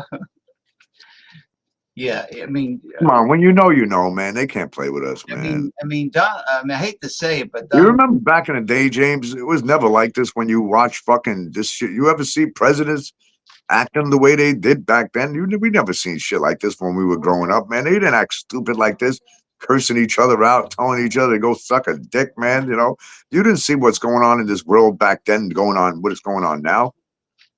Well, finally, yeah, we were in crisis, but we didn't have fucking fires, earthquakes, tsunamis, fucking people killing each other, people burning bodies alive, man. People fucking.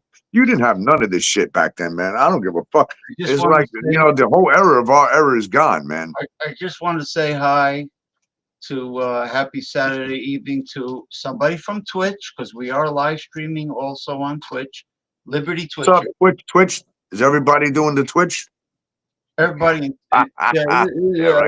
Everybody at Twitch does this. Do the Twitch on Twitch. They got a new one called Stitch. What do they call that? Tourette's syndrome? Yeah, they got Twitch and Stitch. Twitch and Stitch. Don't forget that Obama deported more immigrants than any president ever. I don't know. Well, you know what? Hey, look at Gavin Newsom. He saved his fish, didn't he?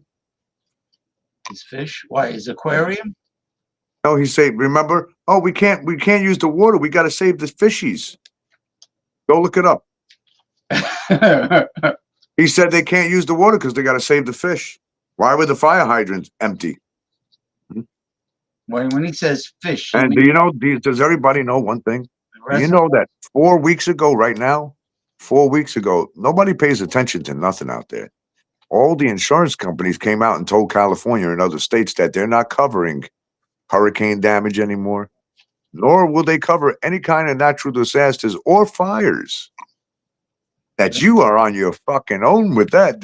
Nobody seemed to I put these things out there for your knowledge to help you. You know what it is? And nobody seems to give a fuck until then. Now they're talking about it. Oh, the insurance companies, they won't pay us. Yeah, well, they did say this, you stupid motherfuckers.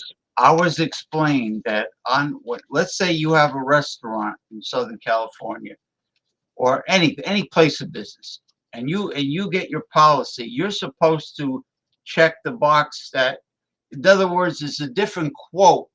If you want to be covered for natural disaster, also they're not going to accept. But it's a different insurance quote. No, you got to pay more. You got to pay more, probably a lot more. Yeah, and they don't want to pay. The rich get richer, the poor get poorer. But guess what? The rich just got poorer, and the poor just got richer. Why don't you ask yourself how that's possible? Do you know what? When California burned down, do you know what happened to my company, James? Do you know that California is the original state that stole my trademark designs? Well, you mentioned you knew the person. You know what those were called? Those were called the God Collection. Really? Huh. God works in mysterious ways, don't you know that? Did you locate the people that stole it so you can sue I them? sure did. Yeah, their names are on the paperwork in Supreme Court. How you like me now? How do you like me? Now you ain't got shit. You ain't got a fucking pot to piss in. You don't even got a new pair of underwear to put on. In fact, you can't even go to the store and buy a new pair of clothes because they're all burnt the fuck down.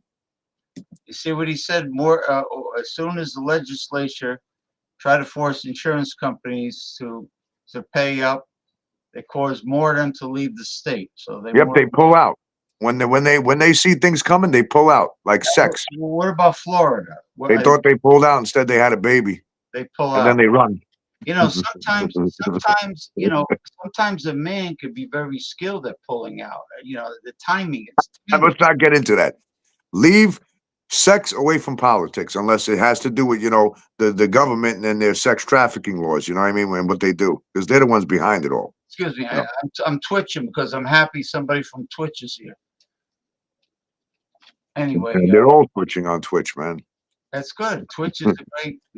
Twitch is Twitch is popular with young people. Oh, speaking of young people, Liberty Twitcher.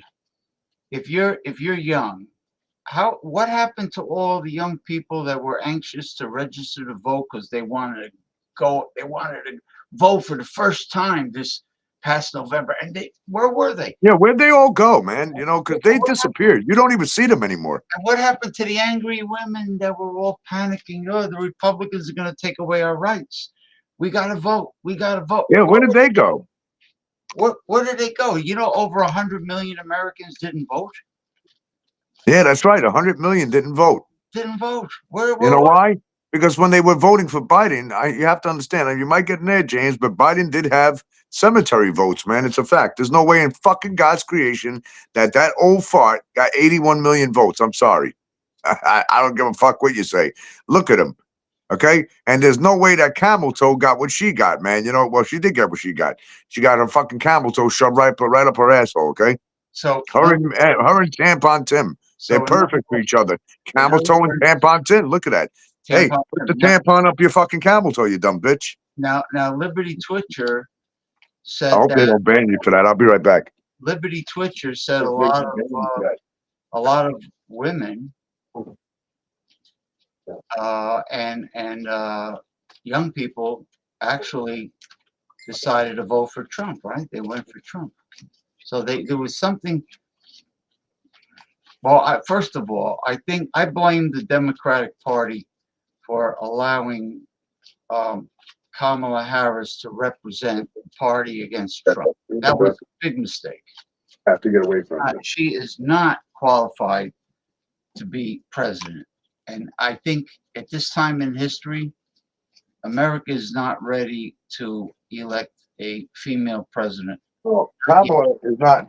Listen, Kamala is better off, working like a fucking McDonald's drive-through, okay? No, she was a good milkshakes, for real. She was a good prosecutor, but that's it. But she fucked up prosecuting because she prosecuted people, for her own benefit, man. And you got to look into some of that, okay? Look, I'll keep that to myself. Camel toe, I'm gonna spare camel toe. I'm gonna pardon you. I'm gonna spare you. Meaning, pardon doesn't mean what they do, but I'm gonna spare you what I was gonna say. So, be happy you got pardoned today. And her laugh, and her pardon laugh, me. Pardon me. And her laugh is very wicked too. And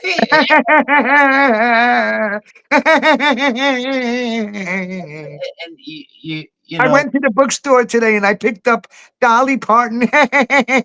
She had big boobs. And my camel toe got stuck in tampon tin.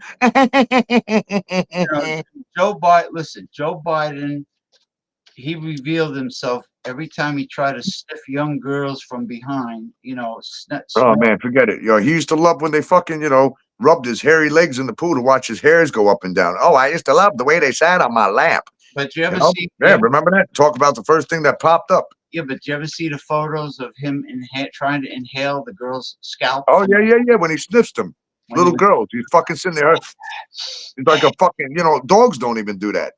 No, dogs don't do that. No. So they went. The young people didn't I want. bet you sniff their ass when we're not around, though. Imagine the kind of ass sniffing he does. Imagine Joe Biden bathing his grandchildren when they were younger.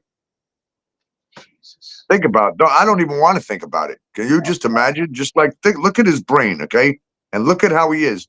You know, you remember that little girl? I'm just going to give you a phrase or something. Remember the little girl that he went up to when they were at that meeting, and he went, sniffed her first. He went, and then he sniffed the mother, right? And then he went back to the little girl because she smelled better to him, I guess, you know. And he went, tickle, tickle, tickle. One little girl pushed him away. Oh, I remember that. Yeah, she said, "Get the fuck, you get your nasty, stinky, fucking anal fucking fingers off me." Every night on the news, everyone saw the border wide open to illegals.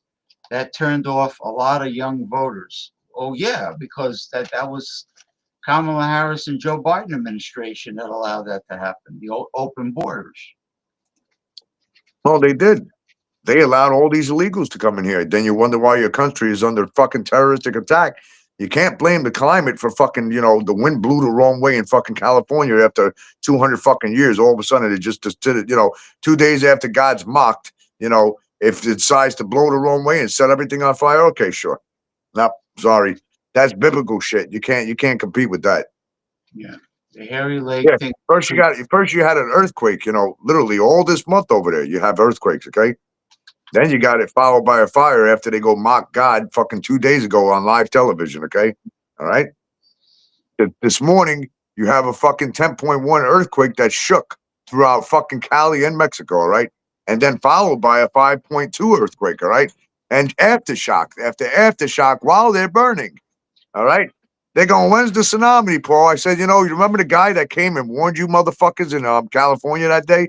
Remember he spent 2 weeks warning you to get evacuate, that the fire ain't nothing. The earthquake and the fucking tsunami that's coming, you better believe that when that earthquake shook that motherfucker today, it's erupting that fucking ocean. You better believe that motherfucker coming right for you, cocksuckers.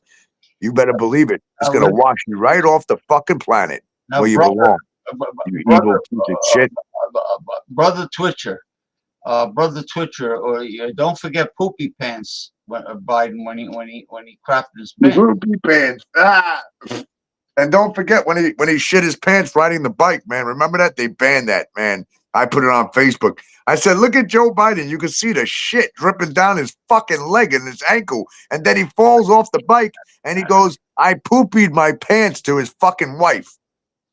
I poopied my pants. What fucking president sits there going, I poopied my pants? A baby don't even say, I poopied my pants. Gilly, Jack, Joe, and Jill went up the hill to fetch a pail of water. Jill came down with 250. Jill bent over. Joe grabbed her shoulder, and I'm not going to say it. You got to keep that. I can't say that. I'll get punished for that.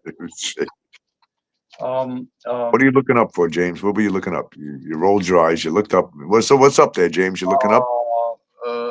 Mary, quite contrary. Trim that pussy. It's so damn hairy. What's the other one? Old Mother Hubbard went to the cupboard to give her old dog a bone. When she bent over, Rover took over. He had a bone of his own. Oh shit, that's old ass jokes, man. Yeah, that's Andrew Dice Clay. Yeah, Hickory Dickory Dock in the Hickory Dickory Dock. You know who Andrew Dice Clay is, right? You do know that he's my third cousin. I know that. Yeah, he is. Oh man, the things that fucking, my brother Rob, we were at the Concord Hotel when my father was playing out there back then in the day, man, 30, 40 years ago. And Andrew Dice Clay comes to town, and my father, we had dinner with him. So then my father wouldn't let my brothers go to the show because they were too young. But my brother comes out and goes like this to him. He goes, hey, cuz. They were about 15, 16, I think, He goes, hey, cuz, what do I got to do to be a comedian like you? You know what he says to him? My father's standing right there. This is how dirty this fucking guy is. He goes, I'll tell you what, Robbie. He goes, let's go outside. Take your dick out and jerk off and come on the camera, and you'll be just like me. Yo, my dad was like, you know what I mean?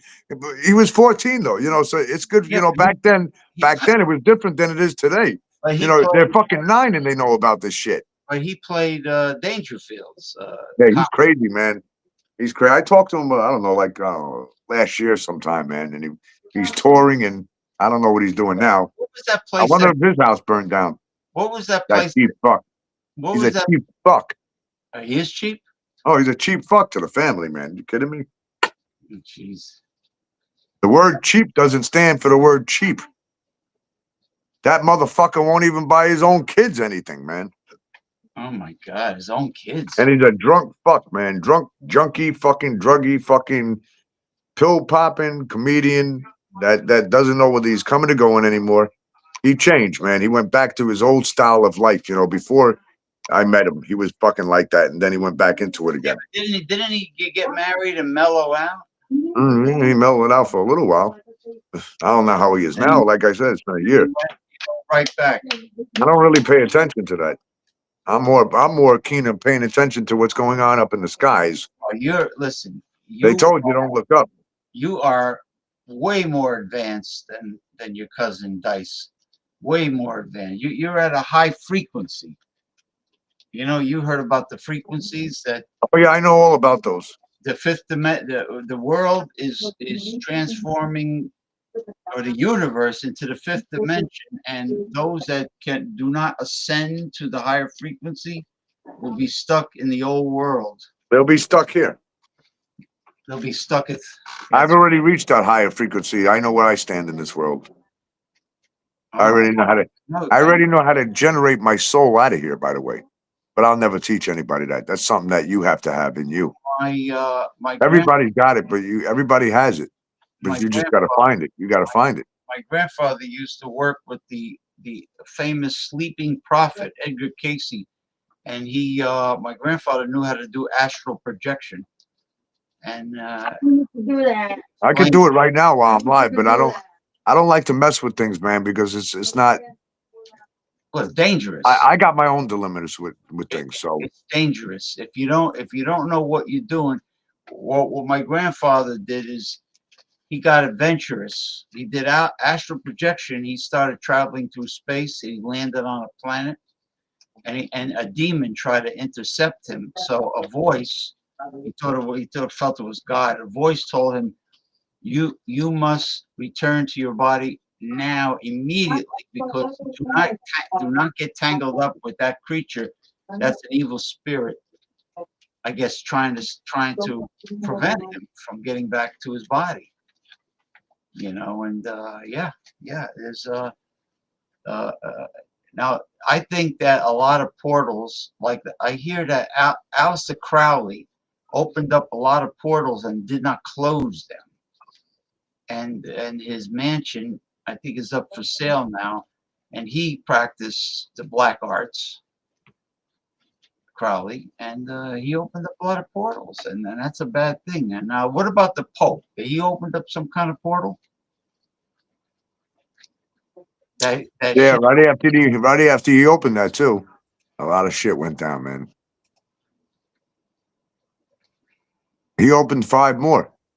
He didn't even open those 5 on television. What the hell? He opened 2, and then he opened 3 more. I don't know why they didn't display the 3 that he opened, but I mean, I think it's pretty common sense for everybody. You realize that opening portals means that you have no control over what's coming into our world. I mean, a lot of bad things can come into our world, and they will. I was watching a documentary about the kids. That it's a typical story. The kids thought the Ouija board was a toy. They said it's a lot of fun. They were all laughing, all girls, and it turned out to be very bad, very dark, very dark. And you can't see who you're communicating with. You don't know who it is.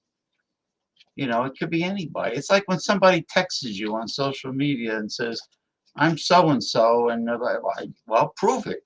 You don't know who they really are. No, you don't. You know, and You have no clue. So who else you got coming on the show tonight, man? well, I sent the link out to Get somebody on. Let's get somebody on here, man. I can't force them, you know. I sent one out to Ronnie Simpson. I sent one out to Michael Goldsmith Hilton. Let me see if anybody messaged me back. Yeah, if not, you know, I'll wrap it up. Let me see. I think a lot of people are just in I think they're just a lot of people are in a state of shock by what they're seeing. They are, yeah. And you know, this is nothing, man. You know, and you they're know, not really. They're just seeing the beginning of the end of the times, man, and they're not ready for what's coming. If this is scaring them, wait till they see what's next. But do you see what's happening? The fire is causing a distraction away from Diddy. Of course, but it's not distracting me. I'm going to get right back into the Diddy project. I talk about everything. I don't just talk about one thing. That's true. Well, you're very well I'm rounded. covering, you know, multiple topics. I'm covering the Bronx fires. I'm covering, you know, I'm not in California, so I can't really determine and cover things that I'm not there, you know, to see from my own eyes. But I have friends that are there that I'm going live with on, you know, regular phones and seeing what's going on over there, you know, and it's just, you know. Yeah. And they blame it on Gavin Newsom, man. You know, blame it on your government. You know, they took funding out of the fire department, you know, 3 weeks before this fire happened. Everything's kind of funny the way things played out. Now, when is your show going to start? When you're supposed to be interviewing somebody important that you know? Yeah. Real soon, man. But you know, let's get through this you know, the 20th and we'll get things moving on that because a lot of people are just like staying hush right now and until the 20th, until the transition happens. A lot of people don't want to talk. It's kind of like, you know, they want to talk, but after the 20th, and it's like when you come out in a conversation with them, like, what are you waiting for? Like, what does the 20th compared to now matter? What makes the 20th different than now? Because you know, a lot of people because of a transition. I mean, you know, but what's going to go? You know, yeah, a lot of things are going to go down during the transition, but you know, then he says something like, because I kind of stressed something in a way. I said, you know, it's kind of funny how everything's just building up as we get closer to the transition. You know, I said, for what I hope that dream that I had earlier today, I had a dream. I woke up sweating, man. I never remember my dreams either. I'm not even going to talk about it, but you know, it's kind of sickening. But you know, I mean, it's a nightmare. You had a nightmare. no, I don't call that a nightmare, man. It's just a strange dream, right? It was real, man. It felt real. And my wife woke up crying the other night, man, in a dream. She woke up crying 2 days ago. You guys are getting prophecies in your dream. You're getting visions. I bet. You're getting visions in your dream. I can't tell you dates or nothing, though. You know what I mean? I don't give dates out. I don't know that. Yeah. All I tell you is what I seen and, you know, what message I got. And if that message comes in and, you know, Danny, my friend that works at MTA, he said, bro, I know you 2 years now. He goes, every message you gave me beforehand. He goes, and what you said on your radio, he goes, everything's happened already. Don't forget to document your dreams that you remember vividly. Oh, yeah. I'll talk about them on the radio tomorrow. But, you know, but this one in particular that I had today, and it was like, you know, it was actually, I took a nap during the afternoon. And, yeah, man. Before the 20th, man. That's all I know. From now to then, I don't know when, what time, what day, where. I don't know. When you start your radio, are you going to be also on Twitter, on TikTok? Yeah. I'm actually gonna start an account on here with Restream and Twitch. We're gonna start getting live on Twitch and bringing the following to Twitch instead of you could go live instead of promoting TikTok because TikTok is bullshit. You know. But did you know you could go live with your radio show on Instagram? And the quality is not bad. The quality is actually good. What radio? How? Well, on Instagram with my radio show. Huh? Well, when you start your Well, radio, I don't want to connect nothing. I do not want to connect Instagram or anything that's created by Mark or any of these social fucking pigs. You know, oh yeah, I Mark, like my radio station away from them. I'll put a link in there, but I don't want to connect the two because then you start having problems with them getting into your shit, stealing your data, taking your fucking feed, taking your followers. Now let them motherfuckers go and get their own shit, man. You know, I got great ratings on the show a week ago. I did a show. I had 12 to 18. I think it was 18 million was the last number, you know, and I see the times that, you know, when I'm talking about certain things, I'm watching the readings on there. And I'm looking at when things were spiking is when I start discussing what we're talking on here. You know, that's when the spike is.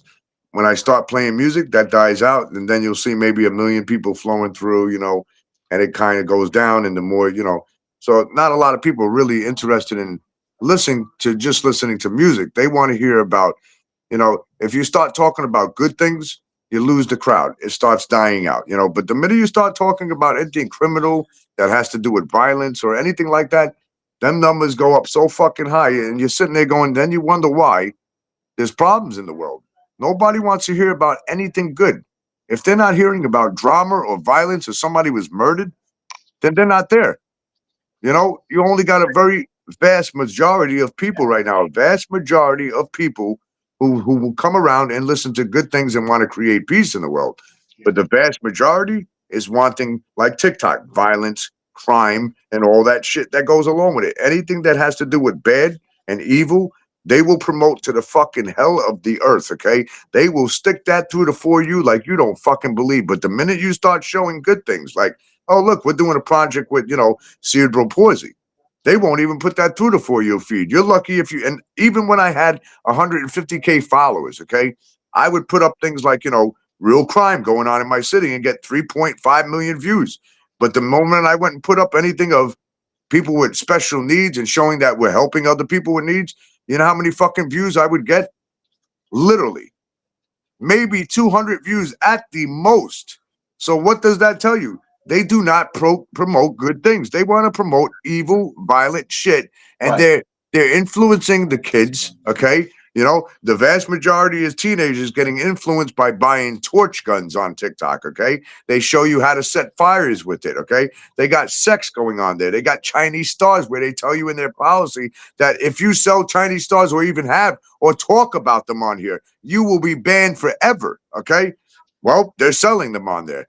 Everything that they say they don't do, they do. Okay. And that's what my problem is with them, because when you go and ban me for having people up there giving them t-shirts on fucking Christmas holidays in a school that, you know, caters to cerebral palsy and other special needs, and you go and ban that and remove the fucking video, okay, stating things that it's misinformation and protected attributes. Who the fuck is protected? There's no fucking government in there. There's no fucking presidents in there.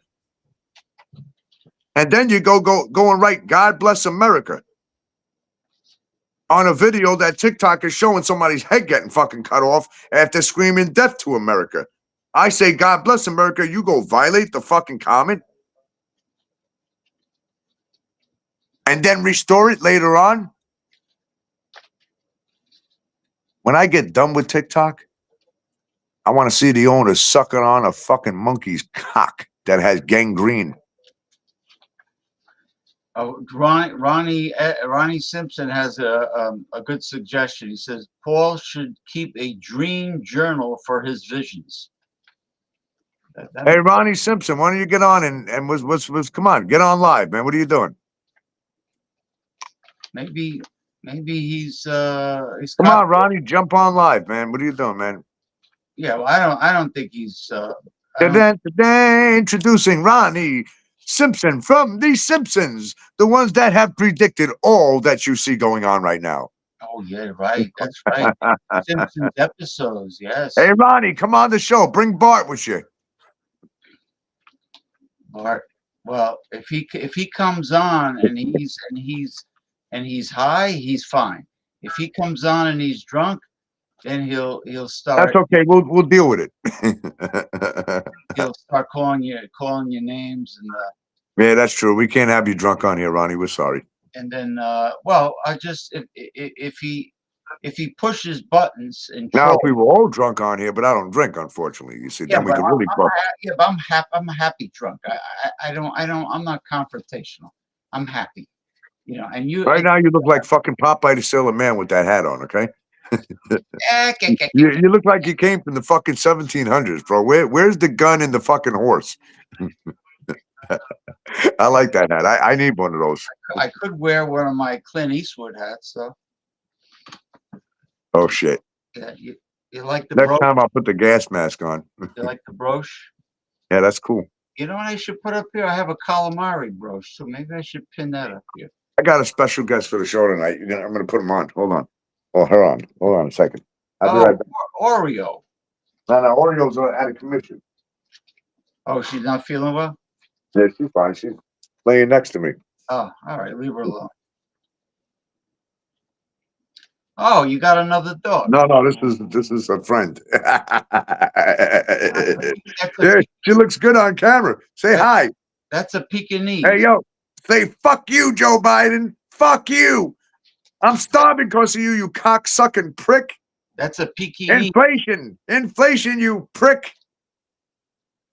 That's a Chinese dog. It's a Pekingese. Hey, how come people created these little dogs? I don't understand it. What's the purpose? What's the purpose of creating a Pekingese? What is your function? Want to fight? I'll fuck you up, motherfucker. You want to fight with me, Mr. James? I'll fuck your ass up too, Ronnie S. You want to fucking get in a riot match with me? Come on, motherfuckers. Oh, that guy, we got rid of him. We got rid of him, bro. Fucking, she's looking at me like, what the fuck is this? You are on national television right now there, Pekingese.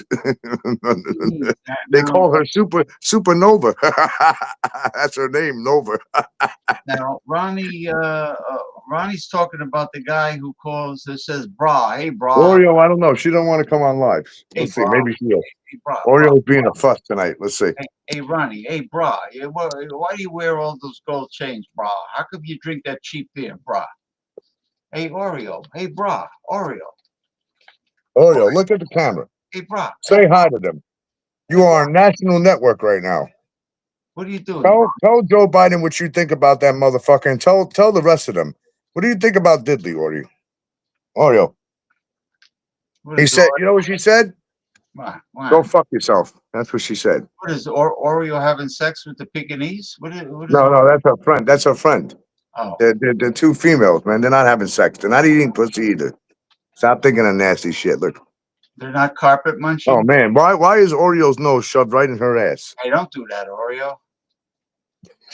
Hey, bro. Take a screenshot, James. Take a fucking screenshot of that, man. You got to take a shot. I got to get a screenshot of this. Hold on. No. Paul shook him up. Paul found out some personal information about it. Oh shit! You know, no, he don't come around anymore. You know that bra. Hey, bra. I got it. Ronnie, what are you drinking that cheap macro beer for, bra? Hey, how come you wearing all those gold chains, bra? What are you, some kind of a freaking Guido? Who? No, not you. I'm talking about Ronnie. The guy that used to say bra, the guy that you scared away, Mr. Bra. Mr. Bra, where's the other friends, man? Where the hell are they? They're not. No, that's that jerk. What is she looking at? She's in Nevada. She's looking at Mars right now, right? Area 51. She's at Nikki. I sent her the link. She's not coming on. She don't come on anymore. I don't know because I think you know why? Because I warned her about everything that she sees happening. She's probably afraid now. Well, Ronnie was interrogating her about being German one time. And, Ronnie interrogated her? Yeah. We should have a live court scene on here, man. You be the judge. You sit in the judge's seat, James. You got to get the fucking thing. Boom, boom, boom. Listen, we got a special guest from the Addams family. Remember Thing from the Who, Addams? who? We got a special guest who? Remember Thing from the Addams family, the hand. Oh, yeah. It's coming on? Yeah, Thing. Thank you for coming on the show. You fucking. No, That's fucked up. That is so fucked up, man. Where'd you get that? I need one of those. What? Oh, I gotta buy one of them. Where'd you get that, man? Send me a link for that shit. No, don't talk that way. Be nice. Yeah. Yeah, but did you talk like this on the Addams family?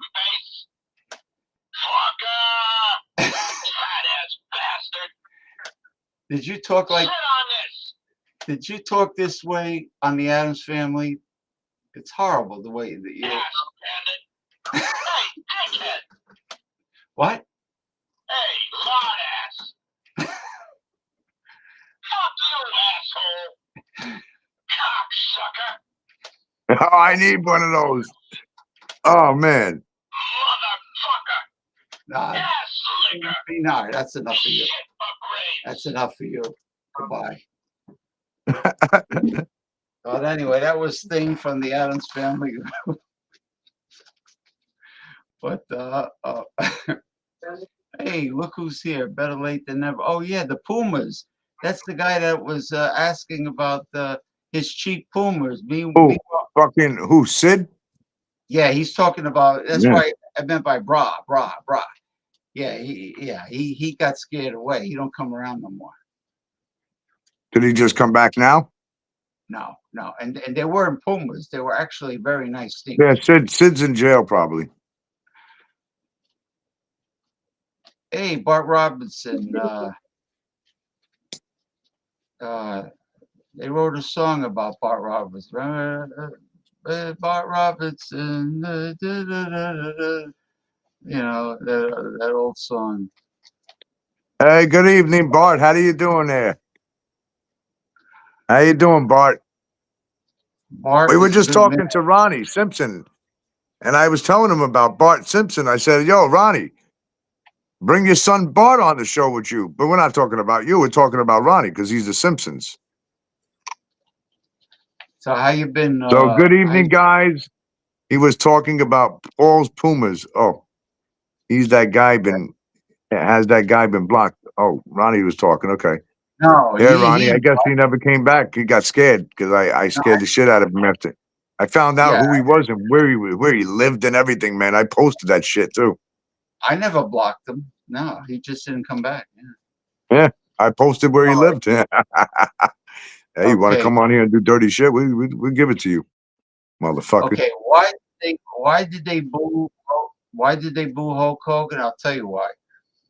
Because for two reasons. First of all, California is a very progressive state. They didn't like the fact that he campaigned for Trump. That's not the whole thing. Another thing is he's very racist. Hogan's very racist, and he said things in public that he should not have said. And it's that simple. Did you read this comment here? Hey, let me read this. Liberty Twitcher. I'm interested in this comment, James. It says, a lot of those rich people are simply going to abandon California. He's correct, and they've already done it.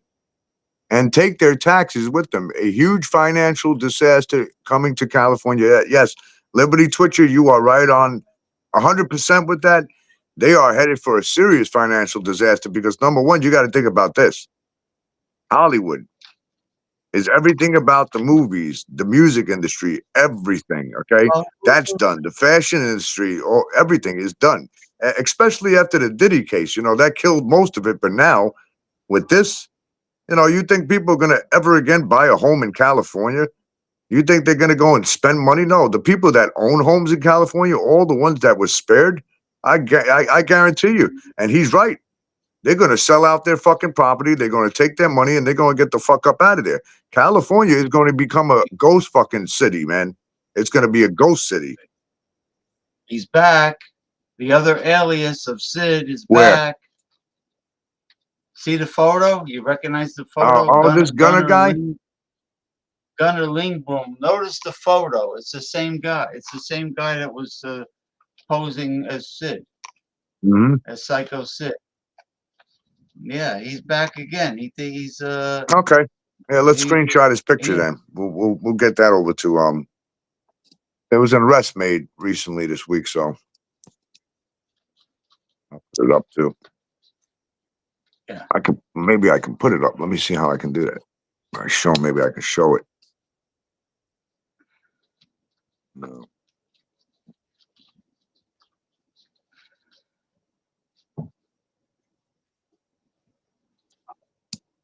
Yeah.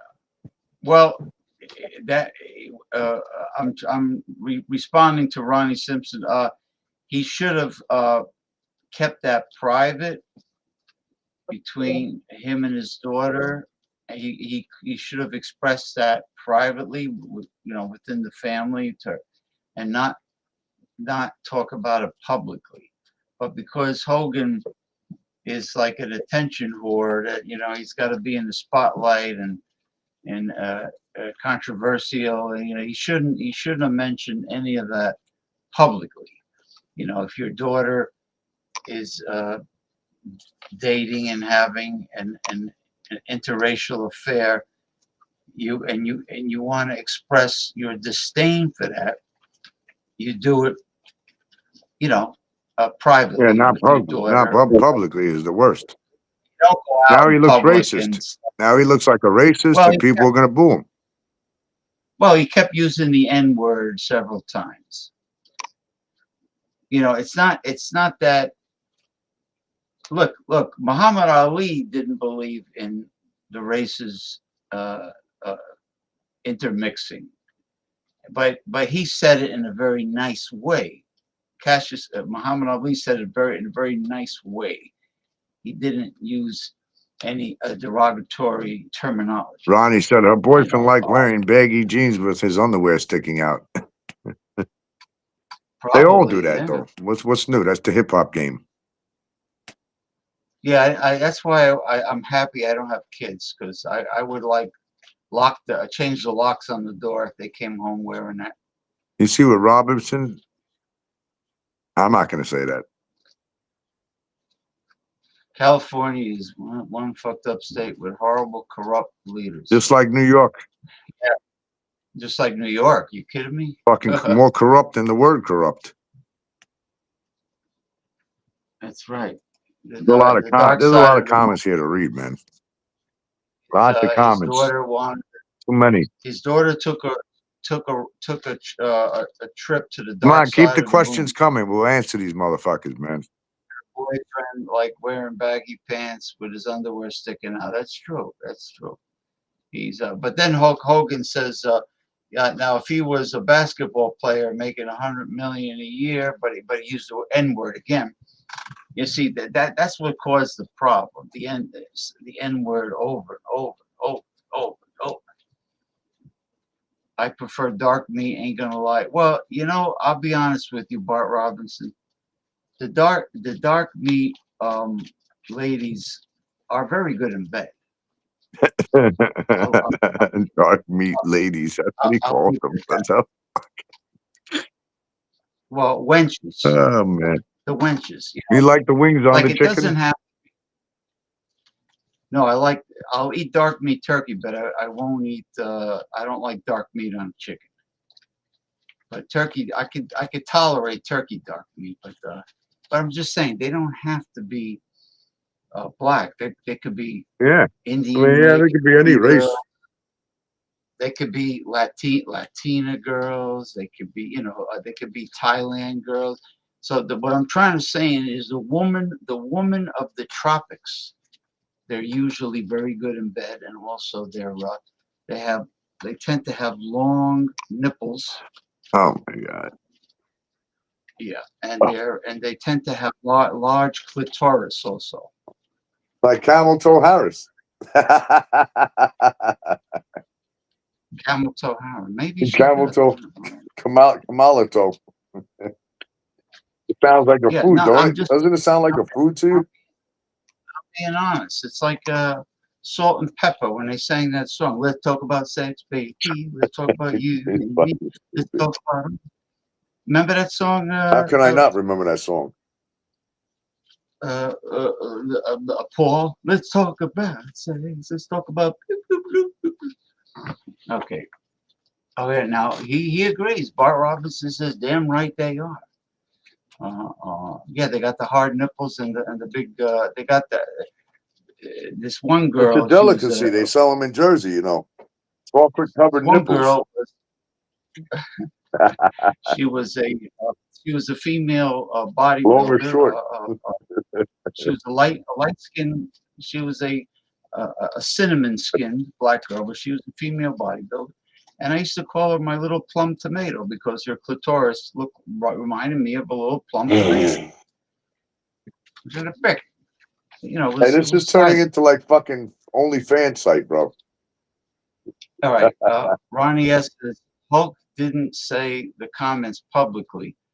He was illegally being filmed in his own home in Clearwater Beach.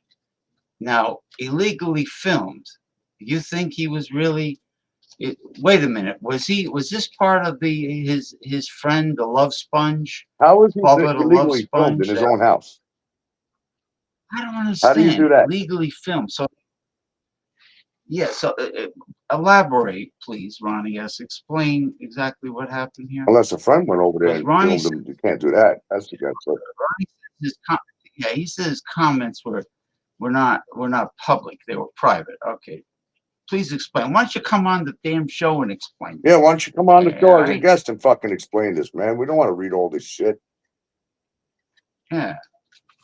I mean, unless it's a one-liner, you know, you could say it in one. What's today? Paragraph. Sunday or Monday? What day is it? Well, it's still Saturday. It feels like Sunday. Little plum tomato. He's definitely getting drunk, man. If it's Saturday. Oh, he's back again. Gunner Ling Storm. Gunner Ling Bloom. Does the guy with the Bud Light still come on here? No, he doesn't drink cheap beer all the time. He drinks. Sometimes he drinks macro beer. Yeah. You know, Gunner is really Sid. The Love Sponge guy, he was supposed to be Hogan's buddy. So in other words, when Hogan had this discussion with his daughter about who she was fooling around with, that was done in the privacy of their own home, and he was secretly filming this. I have no comment on that. Well, I'll be honest with you. I don't follow Hulk Hogan, so I could give a shit less. I'll be honest with you. I'll be honest with you, gentlemen. Anything somebody says in the privacy of their own home is really not the media's damn business, and it's not the government's damn business. And you know, people have a right to dislike certain others, and if they say it in their own home, you know, they have that right. They have that right. You know, you know, man, we have a First Amendment. You know, I admit I don't like everybody. I don't like everybody. Come on the show and talk about this shit, man. I haven't seen Fucking the Bud Light lazy ass guy. people, man. They're scared to get on the show and talk. Hey, Sid or Gunner Boy, I'm still waiting for your faggot ass to get up there and fucking show us your fucking face. You know what it fucking is? bald-headed fucking ape. There's a lot of guys out there that are pussy whipped. Yes, I said it. Pussy whipped. They got to get permission from their wives. Gunner doesn't have a wife. Gunner is a fucking troll, man.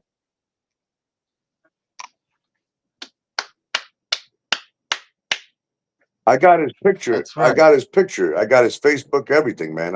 I'm gonna expose it. Well, he's using the same photo as Sid. That's okay, because I'm gonna post that photo with his YouTube everywhere, man. I send it right off to the feds. I say, here's another one. Did you get a screenshot of I got everything already. I got his fucking YouTube page. I got everything already. I don't need anything else. Gunner Lingball. I wonder if Gunner Lingballs knows your ex. Gonna take Gunner's face and get right up his own fucking ass. I'm telling you, you should get one of those Japanese fighting sticks. You know, I could picture you sticking it right in the face of one of those people trying to attack you. You know, They jam can't. it, They can't hurt me. real hard. They can try. No, but you got to try to fucking take them out next time they touch you. Wait till the Civil War Take comes. them out. Take them out, man. Take them out. They'll be Gunner the first doesn't ones have hiding in the permission. hole when the Civil War comes. The first pussies to run. Right. Ronnie says Gunner doesn't have permission from his wife to join the show. Permission. You know who used to get permission and who used to beg for permission is what the hell is his name again? The guy from Seattle, Washington.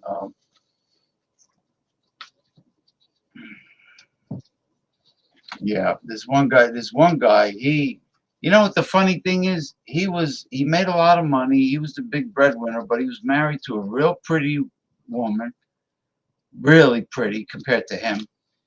But he was the breadwinner, but he was afraid, you know, he jumped every time she talked. Because why? Oh, because the poor little baby wasn't going to get sex, and she probably threatened to withhold sex from him, and he couldn't do it out. Oh, poor thing. Give him a cookie then, you know. A real man Give him a cookie. has a life of his own, and he has the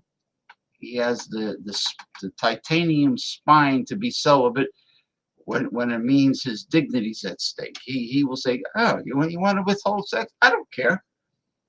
I don't give a shit. You think I give a shit?" Nah. All right, what does Gunner say again? Gunner says that Mario Petrus says hello. Mario Petrus can go fuck himself. After what he did to me. Mario Petrified Cock, you're talking about. Mario Petrus. The Greek guy. What does he say? Oh, Jason, that's it. Jason. That's right. That was Jason. Right? Cleveland. Jason Cleveland. That was the guy's name from Seattle, Washington, that had the real pretty wife that she was the boss of, completely the boss. He couldn't do anything.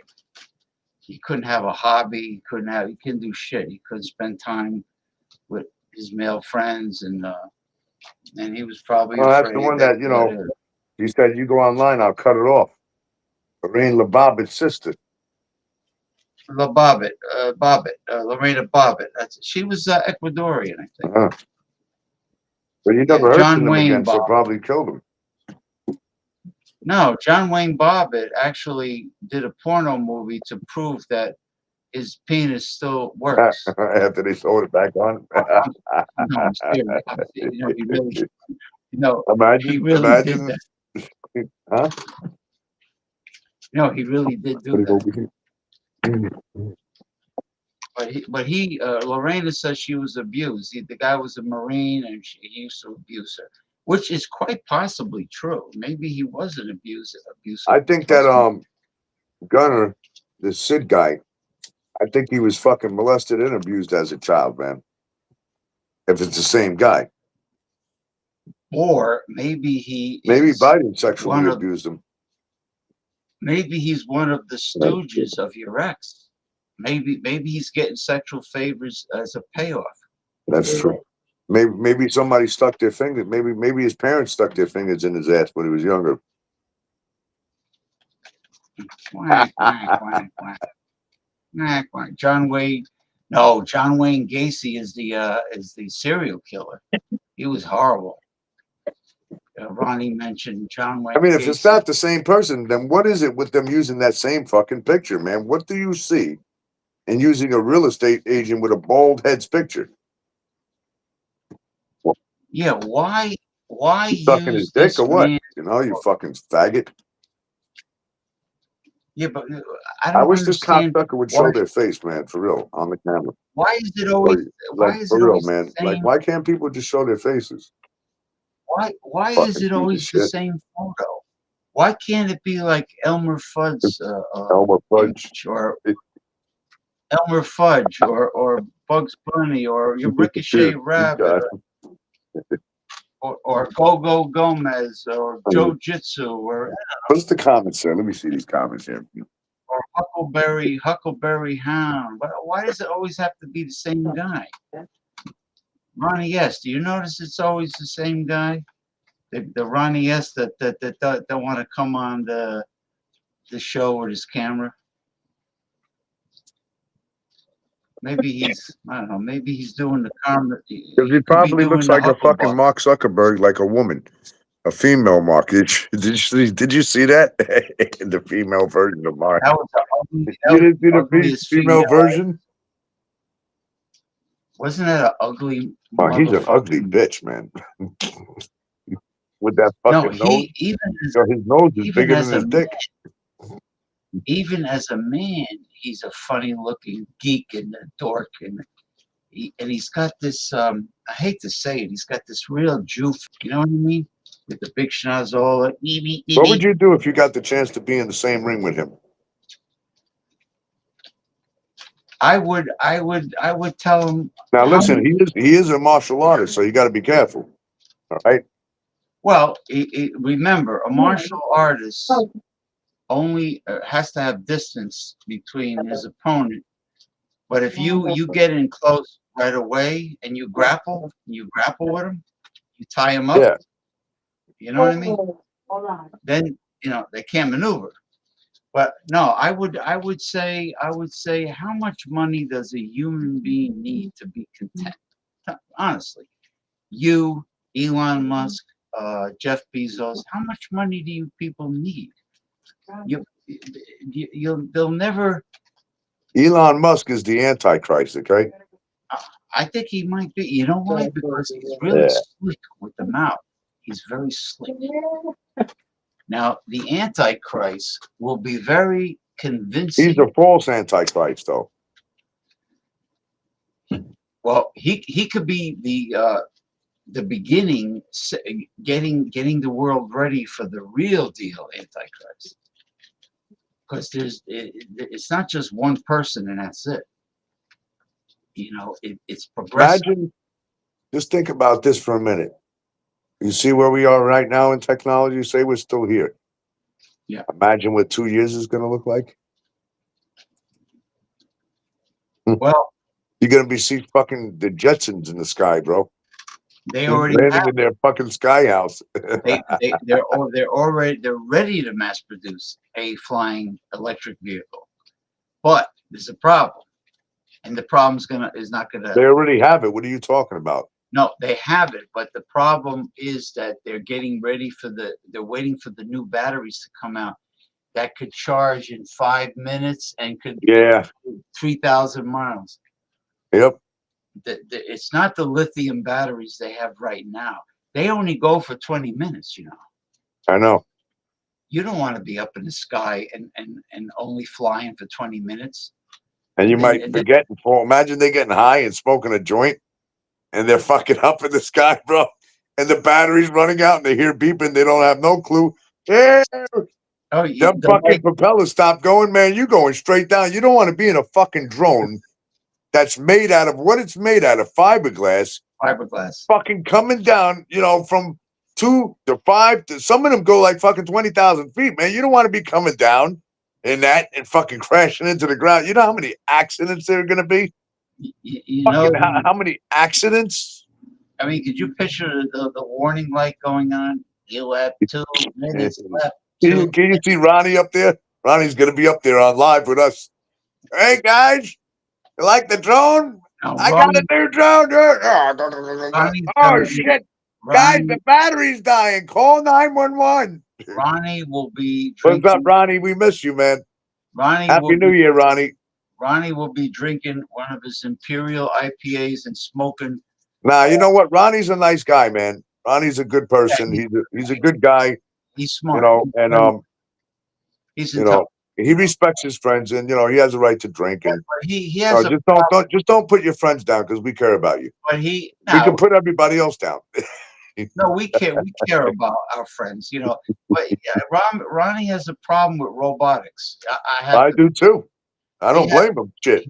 He's Fuck got robotics. He's got robotic phobia. Yeah, I don't want no robotics. I'm scared of that shit, man. Look what they're trying to do now. Put a chip in you and make you a fucking robot. He's backing out. Ronnie's leaving. What do you mean, Gavin Newsom 2028? You like Gavin Newsom? Yo, Gavin Newsom took all the water to protect his little tiny fishies.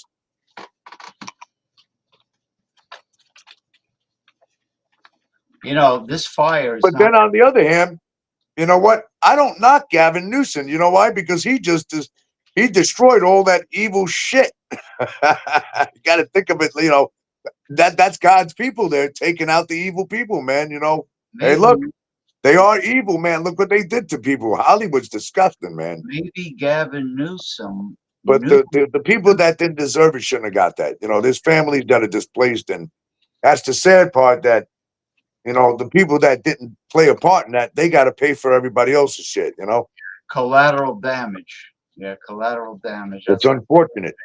Yeah. That you know, innocent people got to pay for the dirty, fucking sex trafficking. You know, people like that. You know, disgusting, man. And the reason why they get away with their evil is because of money. Because of money. Because people get paid off and they take the bribe. That's all. You know what? Your government is the one that causes all the problems for everybody in the world. Well, but then it's not only the government; it's also the criminals that cause the problems too. I have to agree with Gunner. Socialism does rock. Well, yeah, it does. That I agree with. I agree with him. Because people in Scandinavia don't want to move here. People in Canada. Yep, more money for Ukraine, no money for us. While we starving our food, fucking gallon of milk over here. I look in one of these stores the other day, $9 for organic milk, a gallon now. How much? Used to be $4, $9.80, and then he tells me it's going to go up $2 more when the tariffs start. And then he goes, you know, you remember that cheap ass bread? You know, all of us have eaten that cheap ass bread. We know it. You know what I'm saying? And that's it. You got to, you know, sometimes you got to do what you got to do. And that cheap ass bread ain't cheap ass bread no more. That cheap ass bread, they used to be 99 cents, you know, $1.99, $2. That shit's going up to $5, $6 now. As long as Yo, you remember fucking Edelman's donuts? Remember the Edelman cakes? Yo, they're not the same no more, man. They are not the same. The donuts aren't the same. They're smaller, and the texture and the taste have changed. It's changed.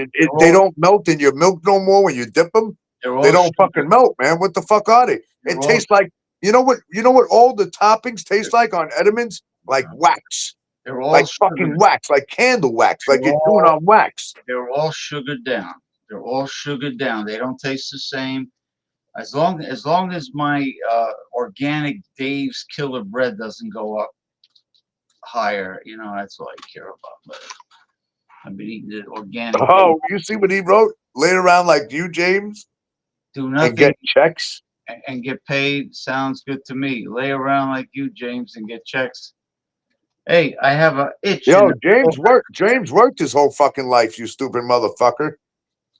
He worked his whole fucking life. It looks like you lay around all fucking day jerking your fucking cheeks. Don't get me started, Gunner. You were being nice and you were getting into conversation. Now, listen, Gunner, take your gun and shove it up your fucking ass and pull the trigger. Yeah, let me tell you something. If you ain't gonna be nice, then get the fuck off the fucking live. How about that? Well, I think the rich have been on a tax vacation long enough. And you know, there's one thing I don't have to tolerate. I don't have to put up with some piece of shit asshole, abusive supervisor or employer. You know, I didn't put up with them even when I was working. I didn't put up with them. I don't tolerate any shit, and that includes people like you. I don't care if you vote Republican. I don't care who you vote for. But I tell you one thing. You're jealous because he's jealous because he smells. Because I'm retired and you're not. You probably have to work at the Dollar Tree or at a fast food restaurant to make a living, and you're jealous. Well, if he lives in California, then he ain't working anywhere, and he's fucking, you know. Hey, wherever you live, Gunnar, I hope your house burns down. Now, You prick. I notice a pattern here. I noticed that the alias that uses Sid and Gunner and others and other aliases, they seem to know an awful lot about you and I, Paul. Mm-hmm. They seem to know an awful lot. I'm not a difficult person to find, you know. I mean, but you might be in for a very rude awakening if you meet me face to face, because I will fuck you. I will take you out. Okay, and you know what? I don't need a weapon to take you out. I can put you I'll put you in a crushing chokehold and just crush your cervical area and just snap your neck like a fucking Thanksgiving turkey. So, but if you want me to use a weapon, I mean I got them, you know. But you know, let's see what else does he have to say. I'm not against lying around. I'm pro-socialism. Well, see, now you're being nice. So you know what he does? He's got. You know what he is? He's got bipolar. Yeah, he says something. Schizophrenia. He says something nice, and then he becomes antagonistic, and then he goes back and forth, back and forth. Okay, Western Mike. He's a fucking skits. That's why. Yeah. Sounds like my ex. A skits. Yeah, but it's funny how they use the same photo, all the aliases. Trying to eat more steak, but fish is so good. Well, because it's the same person. It's the same person using a different alias. Yeah, that's all. It's the same person. Kind of reminds me of Jane Kravitz. 1,000 pages on fucking TikTok. I wonder if the aliases plural. Look, he just told you I'm all of them. I wonder if the aliases are Red Rooster or a stooge of Paul's ex that is getting paid off with possibly either money or sexual favors. It's got to be one of the two. It's got to be Red Rooster, or it's got to be a stooge of Paul's ex. Because you know, my great friend from southeastern Louisiana, the retired history professor, the one and only Ronald J. Theriot, found out through a friend that knows how to do it, found out the real name of Red Rooster, the address where he works, the address where he lives, and his photo of what he really looks like. And he's an ugly motherfucker. And I also got all the information on Sid too, so I'm just not releasing it just yet. I'm not releasing anything yet. You ever hear? I sent his YouTube, his IP address, everything over to an agency. They'll take care of it. You've heard of a face that only a mother can love, or what about a face that's perfect for radio? If it is somebody with maybe just a troll, what? Yeah. Your information is all over the fucking internet. Or a face that's perfect for radio. You know what I mean?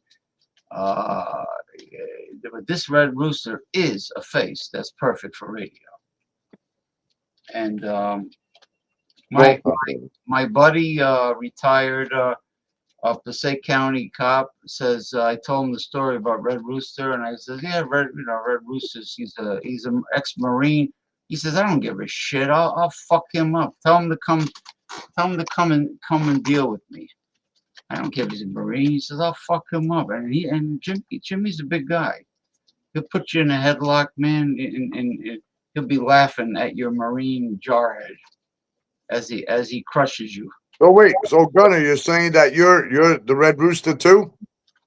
Now, for him to say he's all, maybe he is Red Rooster, but Red Rooster is not born Red Rooster. I mean, Ronald Theriot has got all the information about Red Rooster. But let's just see if the IP address comes up with the name Red Rooster as an alias, then he is the infamous troll Red Rooster. And Red Rooster is the administrator of the Facebook group Honest Craft Beer Review, but it can't be honest because if you disagree with them, they threaten to kick you out. So how honest could they be? But he's there, and I used to be a member of the group, but I got into a huge fight with Red Rooster over Cheese Whiz and Velveeta. He said that I said that Cheese Whiz and Velveeta is not real cheese; it's processed. And he insisted, "Oh, I love Velveeta. I love Cheese Whiz. How dare you talk badly of Velveeta? I'll kick you out of the group." So I went off on him and I quit. But Velveeta is processed. It's not real cheese. Look, if you get a Philly cheesesteak sandwich and they use Velveeta, the cheap bastards, they don't want to use real cheese. You know, you got to use real cheese, provolone, mozzarella, anything, Munster, Gouda. I don't care what it is. Swiss. You know, use real cheese.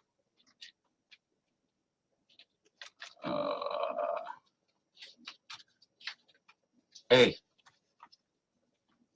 I got more benefits. I got more benefits of my lifestyle. Believe me. I haven't my gas and electric bill has been zero because I get subsidized, and I get subsidized for this, and I get subsidized for that, and guess what? I don't lose any sleep because of it. All right, Gunner? Oh, poor baby, you gotta work for a living.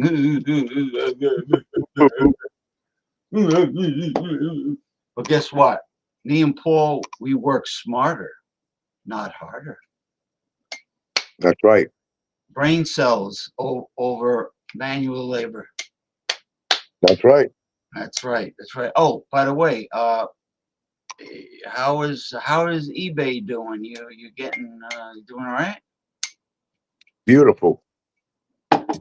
Yeah, I have your eBay link on my on the show. 1,500 a week coming in, and I don't have to do shit but sit there and sell my products. Sell your products. Tie-dyes are coming back out. I got major stuff coming out this year. And once now that California is gone, thank God, you know, the major motherfuckers that stole my shit. You better hope you're not involved with that, Gunner, because I'll hunt your motherfucking ass down too. And once you get restitution from all the money that was stolen from you. Well, now that the arrest was made, it changes the game for them, big time.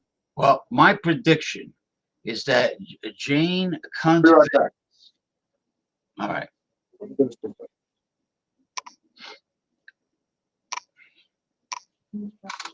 I'll wait for Paul to come back. Over there.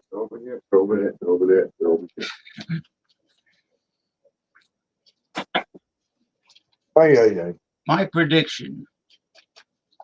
What's your prediction? My prediction is that Jane Kunt-Vitz is not going to be. She's not going to put her neck on the chopping block by herself. She's gonna. My prediction: she's gonna sing like a canary, because she's not gonna take the rap all by herself. Well, yeah, you're probably right there. I highly doubt that. She's gonna be. You're singing probably blaming it on her mom and dad. My mom and dad, they did it. It's his phone. It's his phone, not mine. No, she might. Even if she says like, hey, I mean, I pepper sprayed the guy, whatever. I'll be like, I don't know what you're talking about, sir, because the guy came attacked us with his fist on my block where they live the opposite direction, and there's one way on my block going towards Bryan Beach, sir.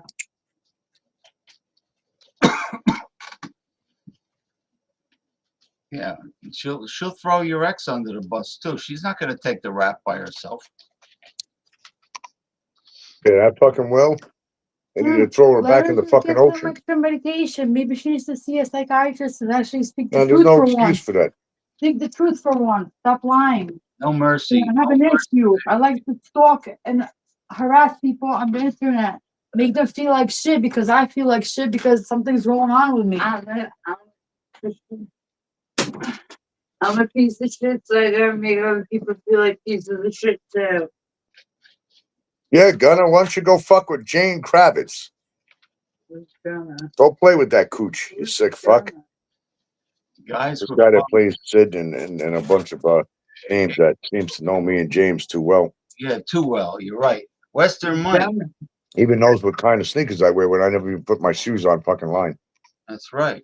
Now, Western socks, Nike sneakers. He wears Rugrats socks.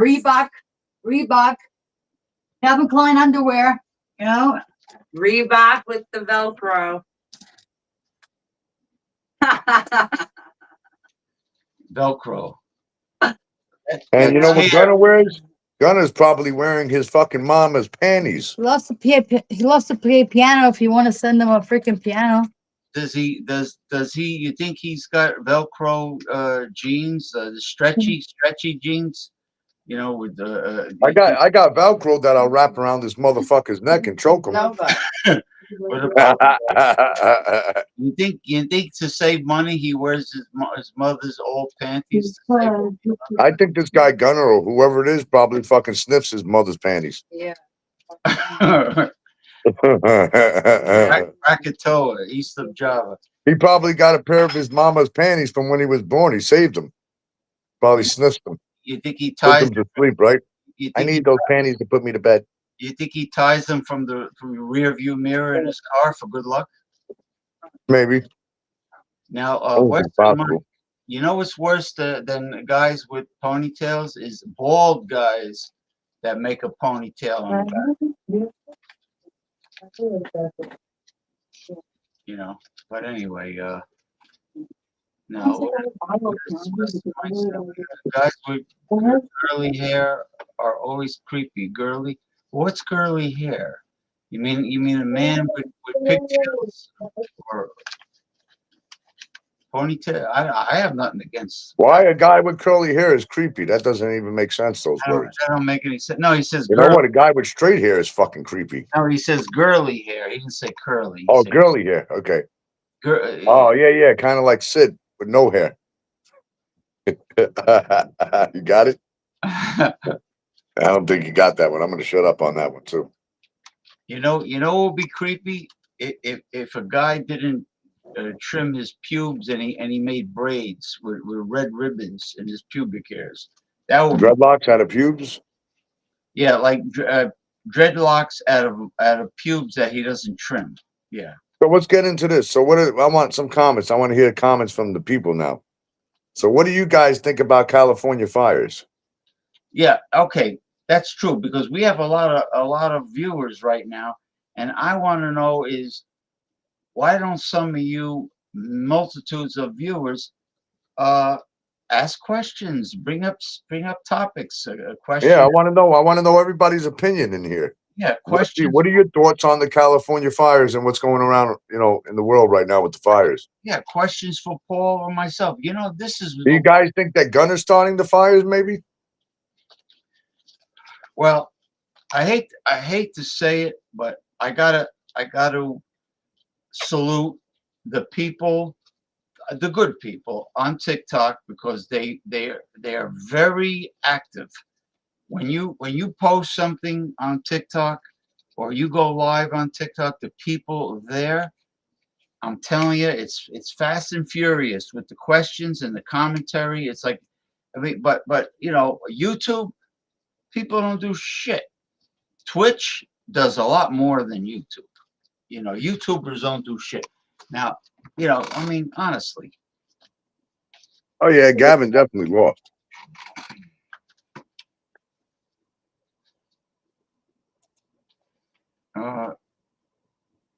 What's Western Nike? Gunner says, what's Western Nike? Oh, you call Western Mikey Western Nike? So he's bringing up the sneakers again. Gavin would lose by a landslide. You know, it's funny you say landslide. Look at all the celebrities that have their homes up on a hill, and when it rains, the houses slide down and end up on the highway. You know who pointed that out? The guy who played Kramer on Seinfeld, Michael Richards. He says, look at these rich celebrities. They have to live up on a hill where their homes would slide down, and they do slide down. Because why? Because they just have to have a great view, because they're special. Yeah.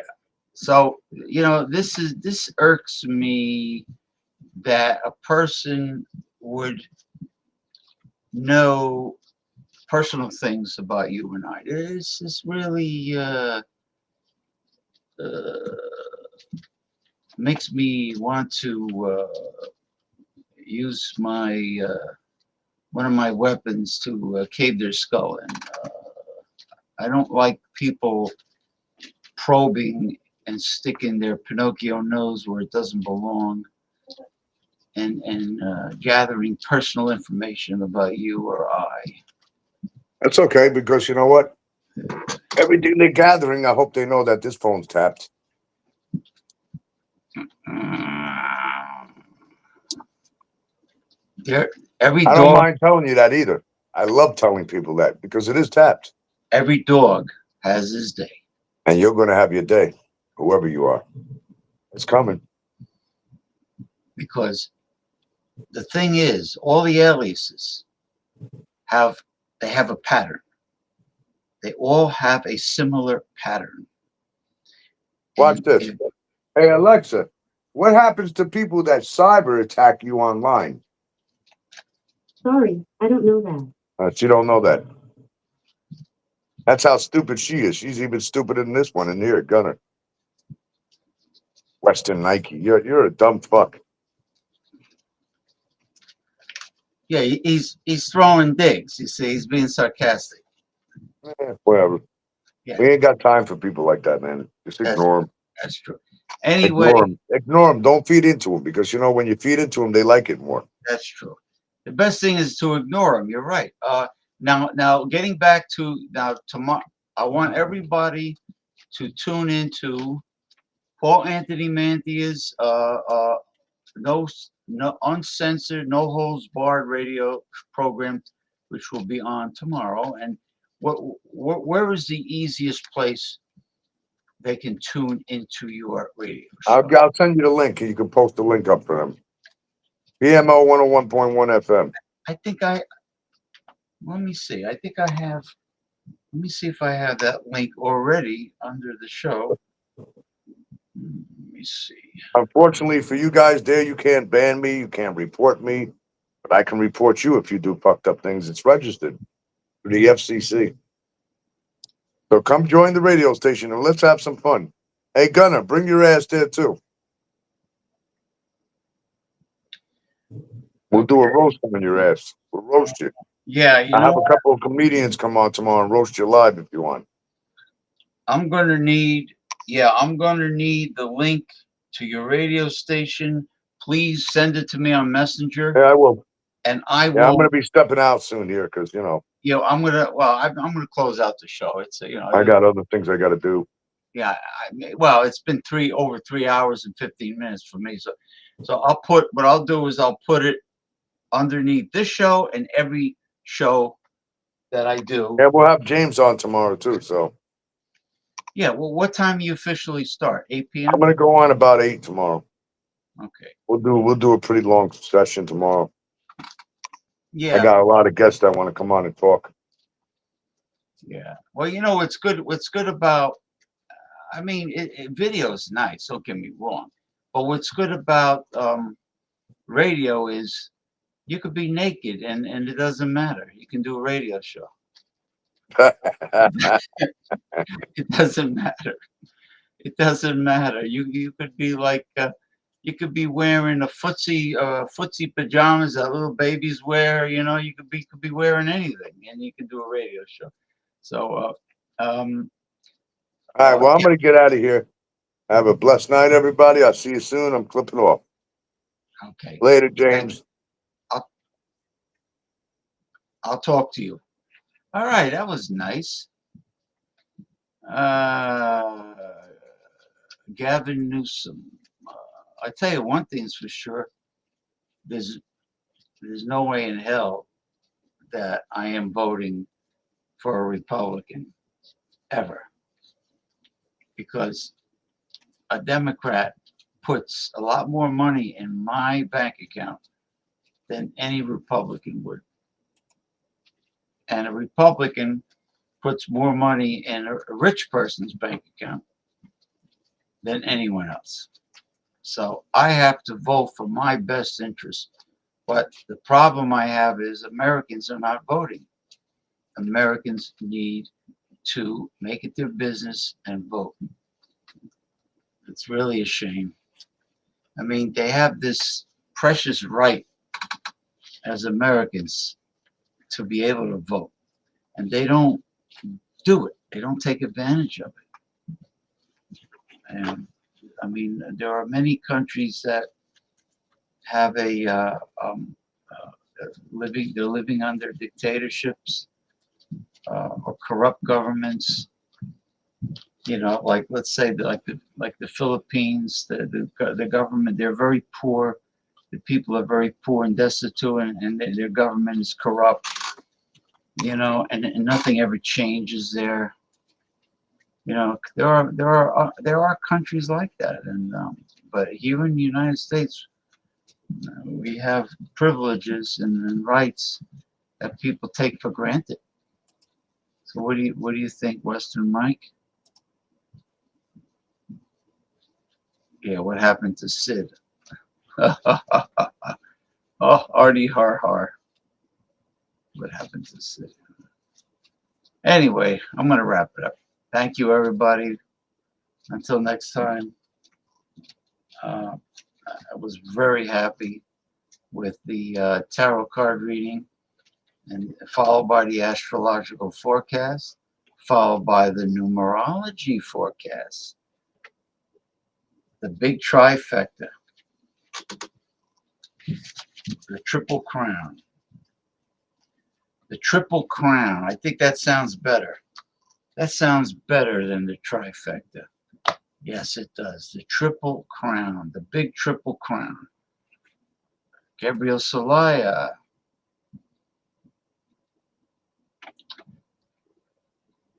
Are you home? You home tonight, or you by your sister's house?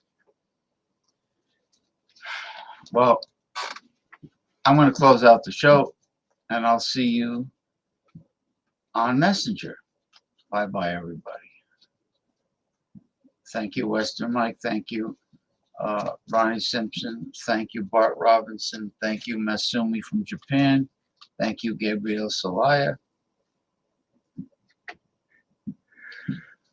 Oh, man. Oh, jeez. Thanks to everybody. Bye-bye. Have a good Sunday tomorrow.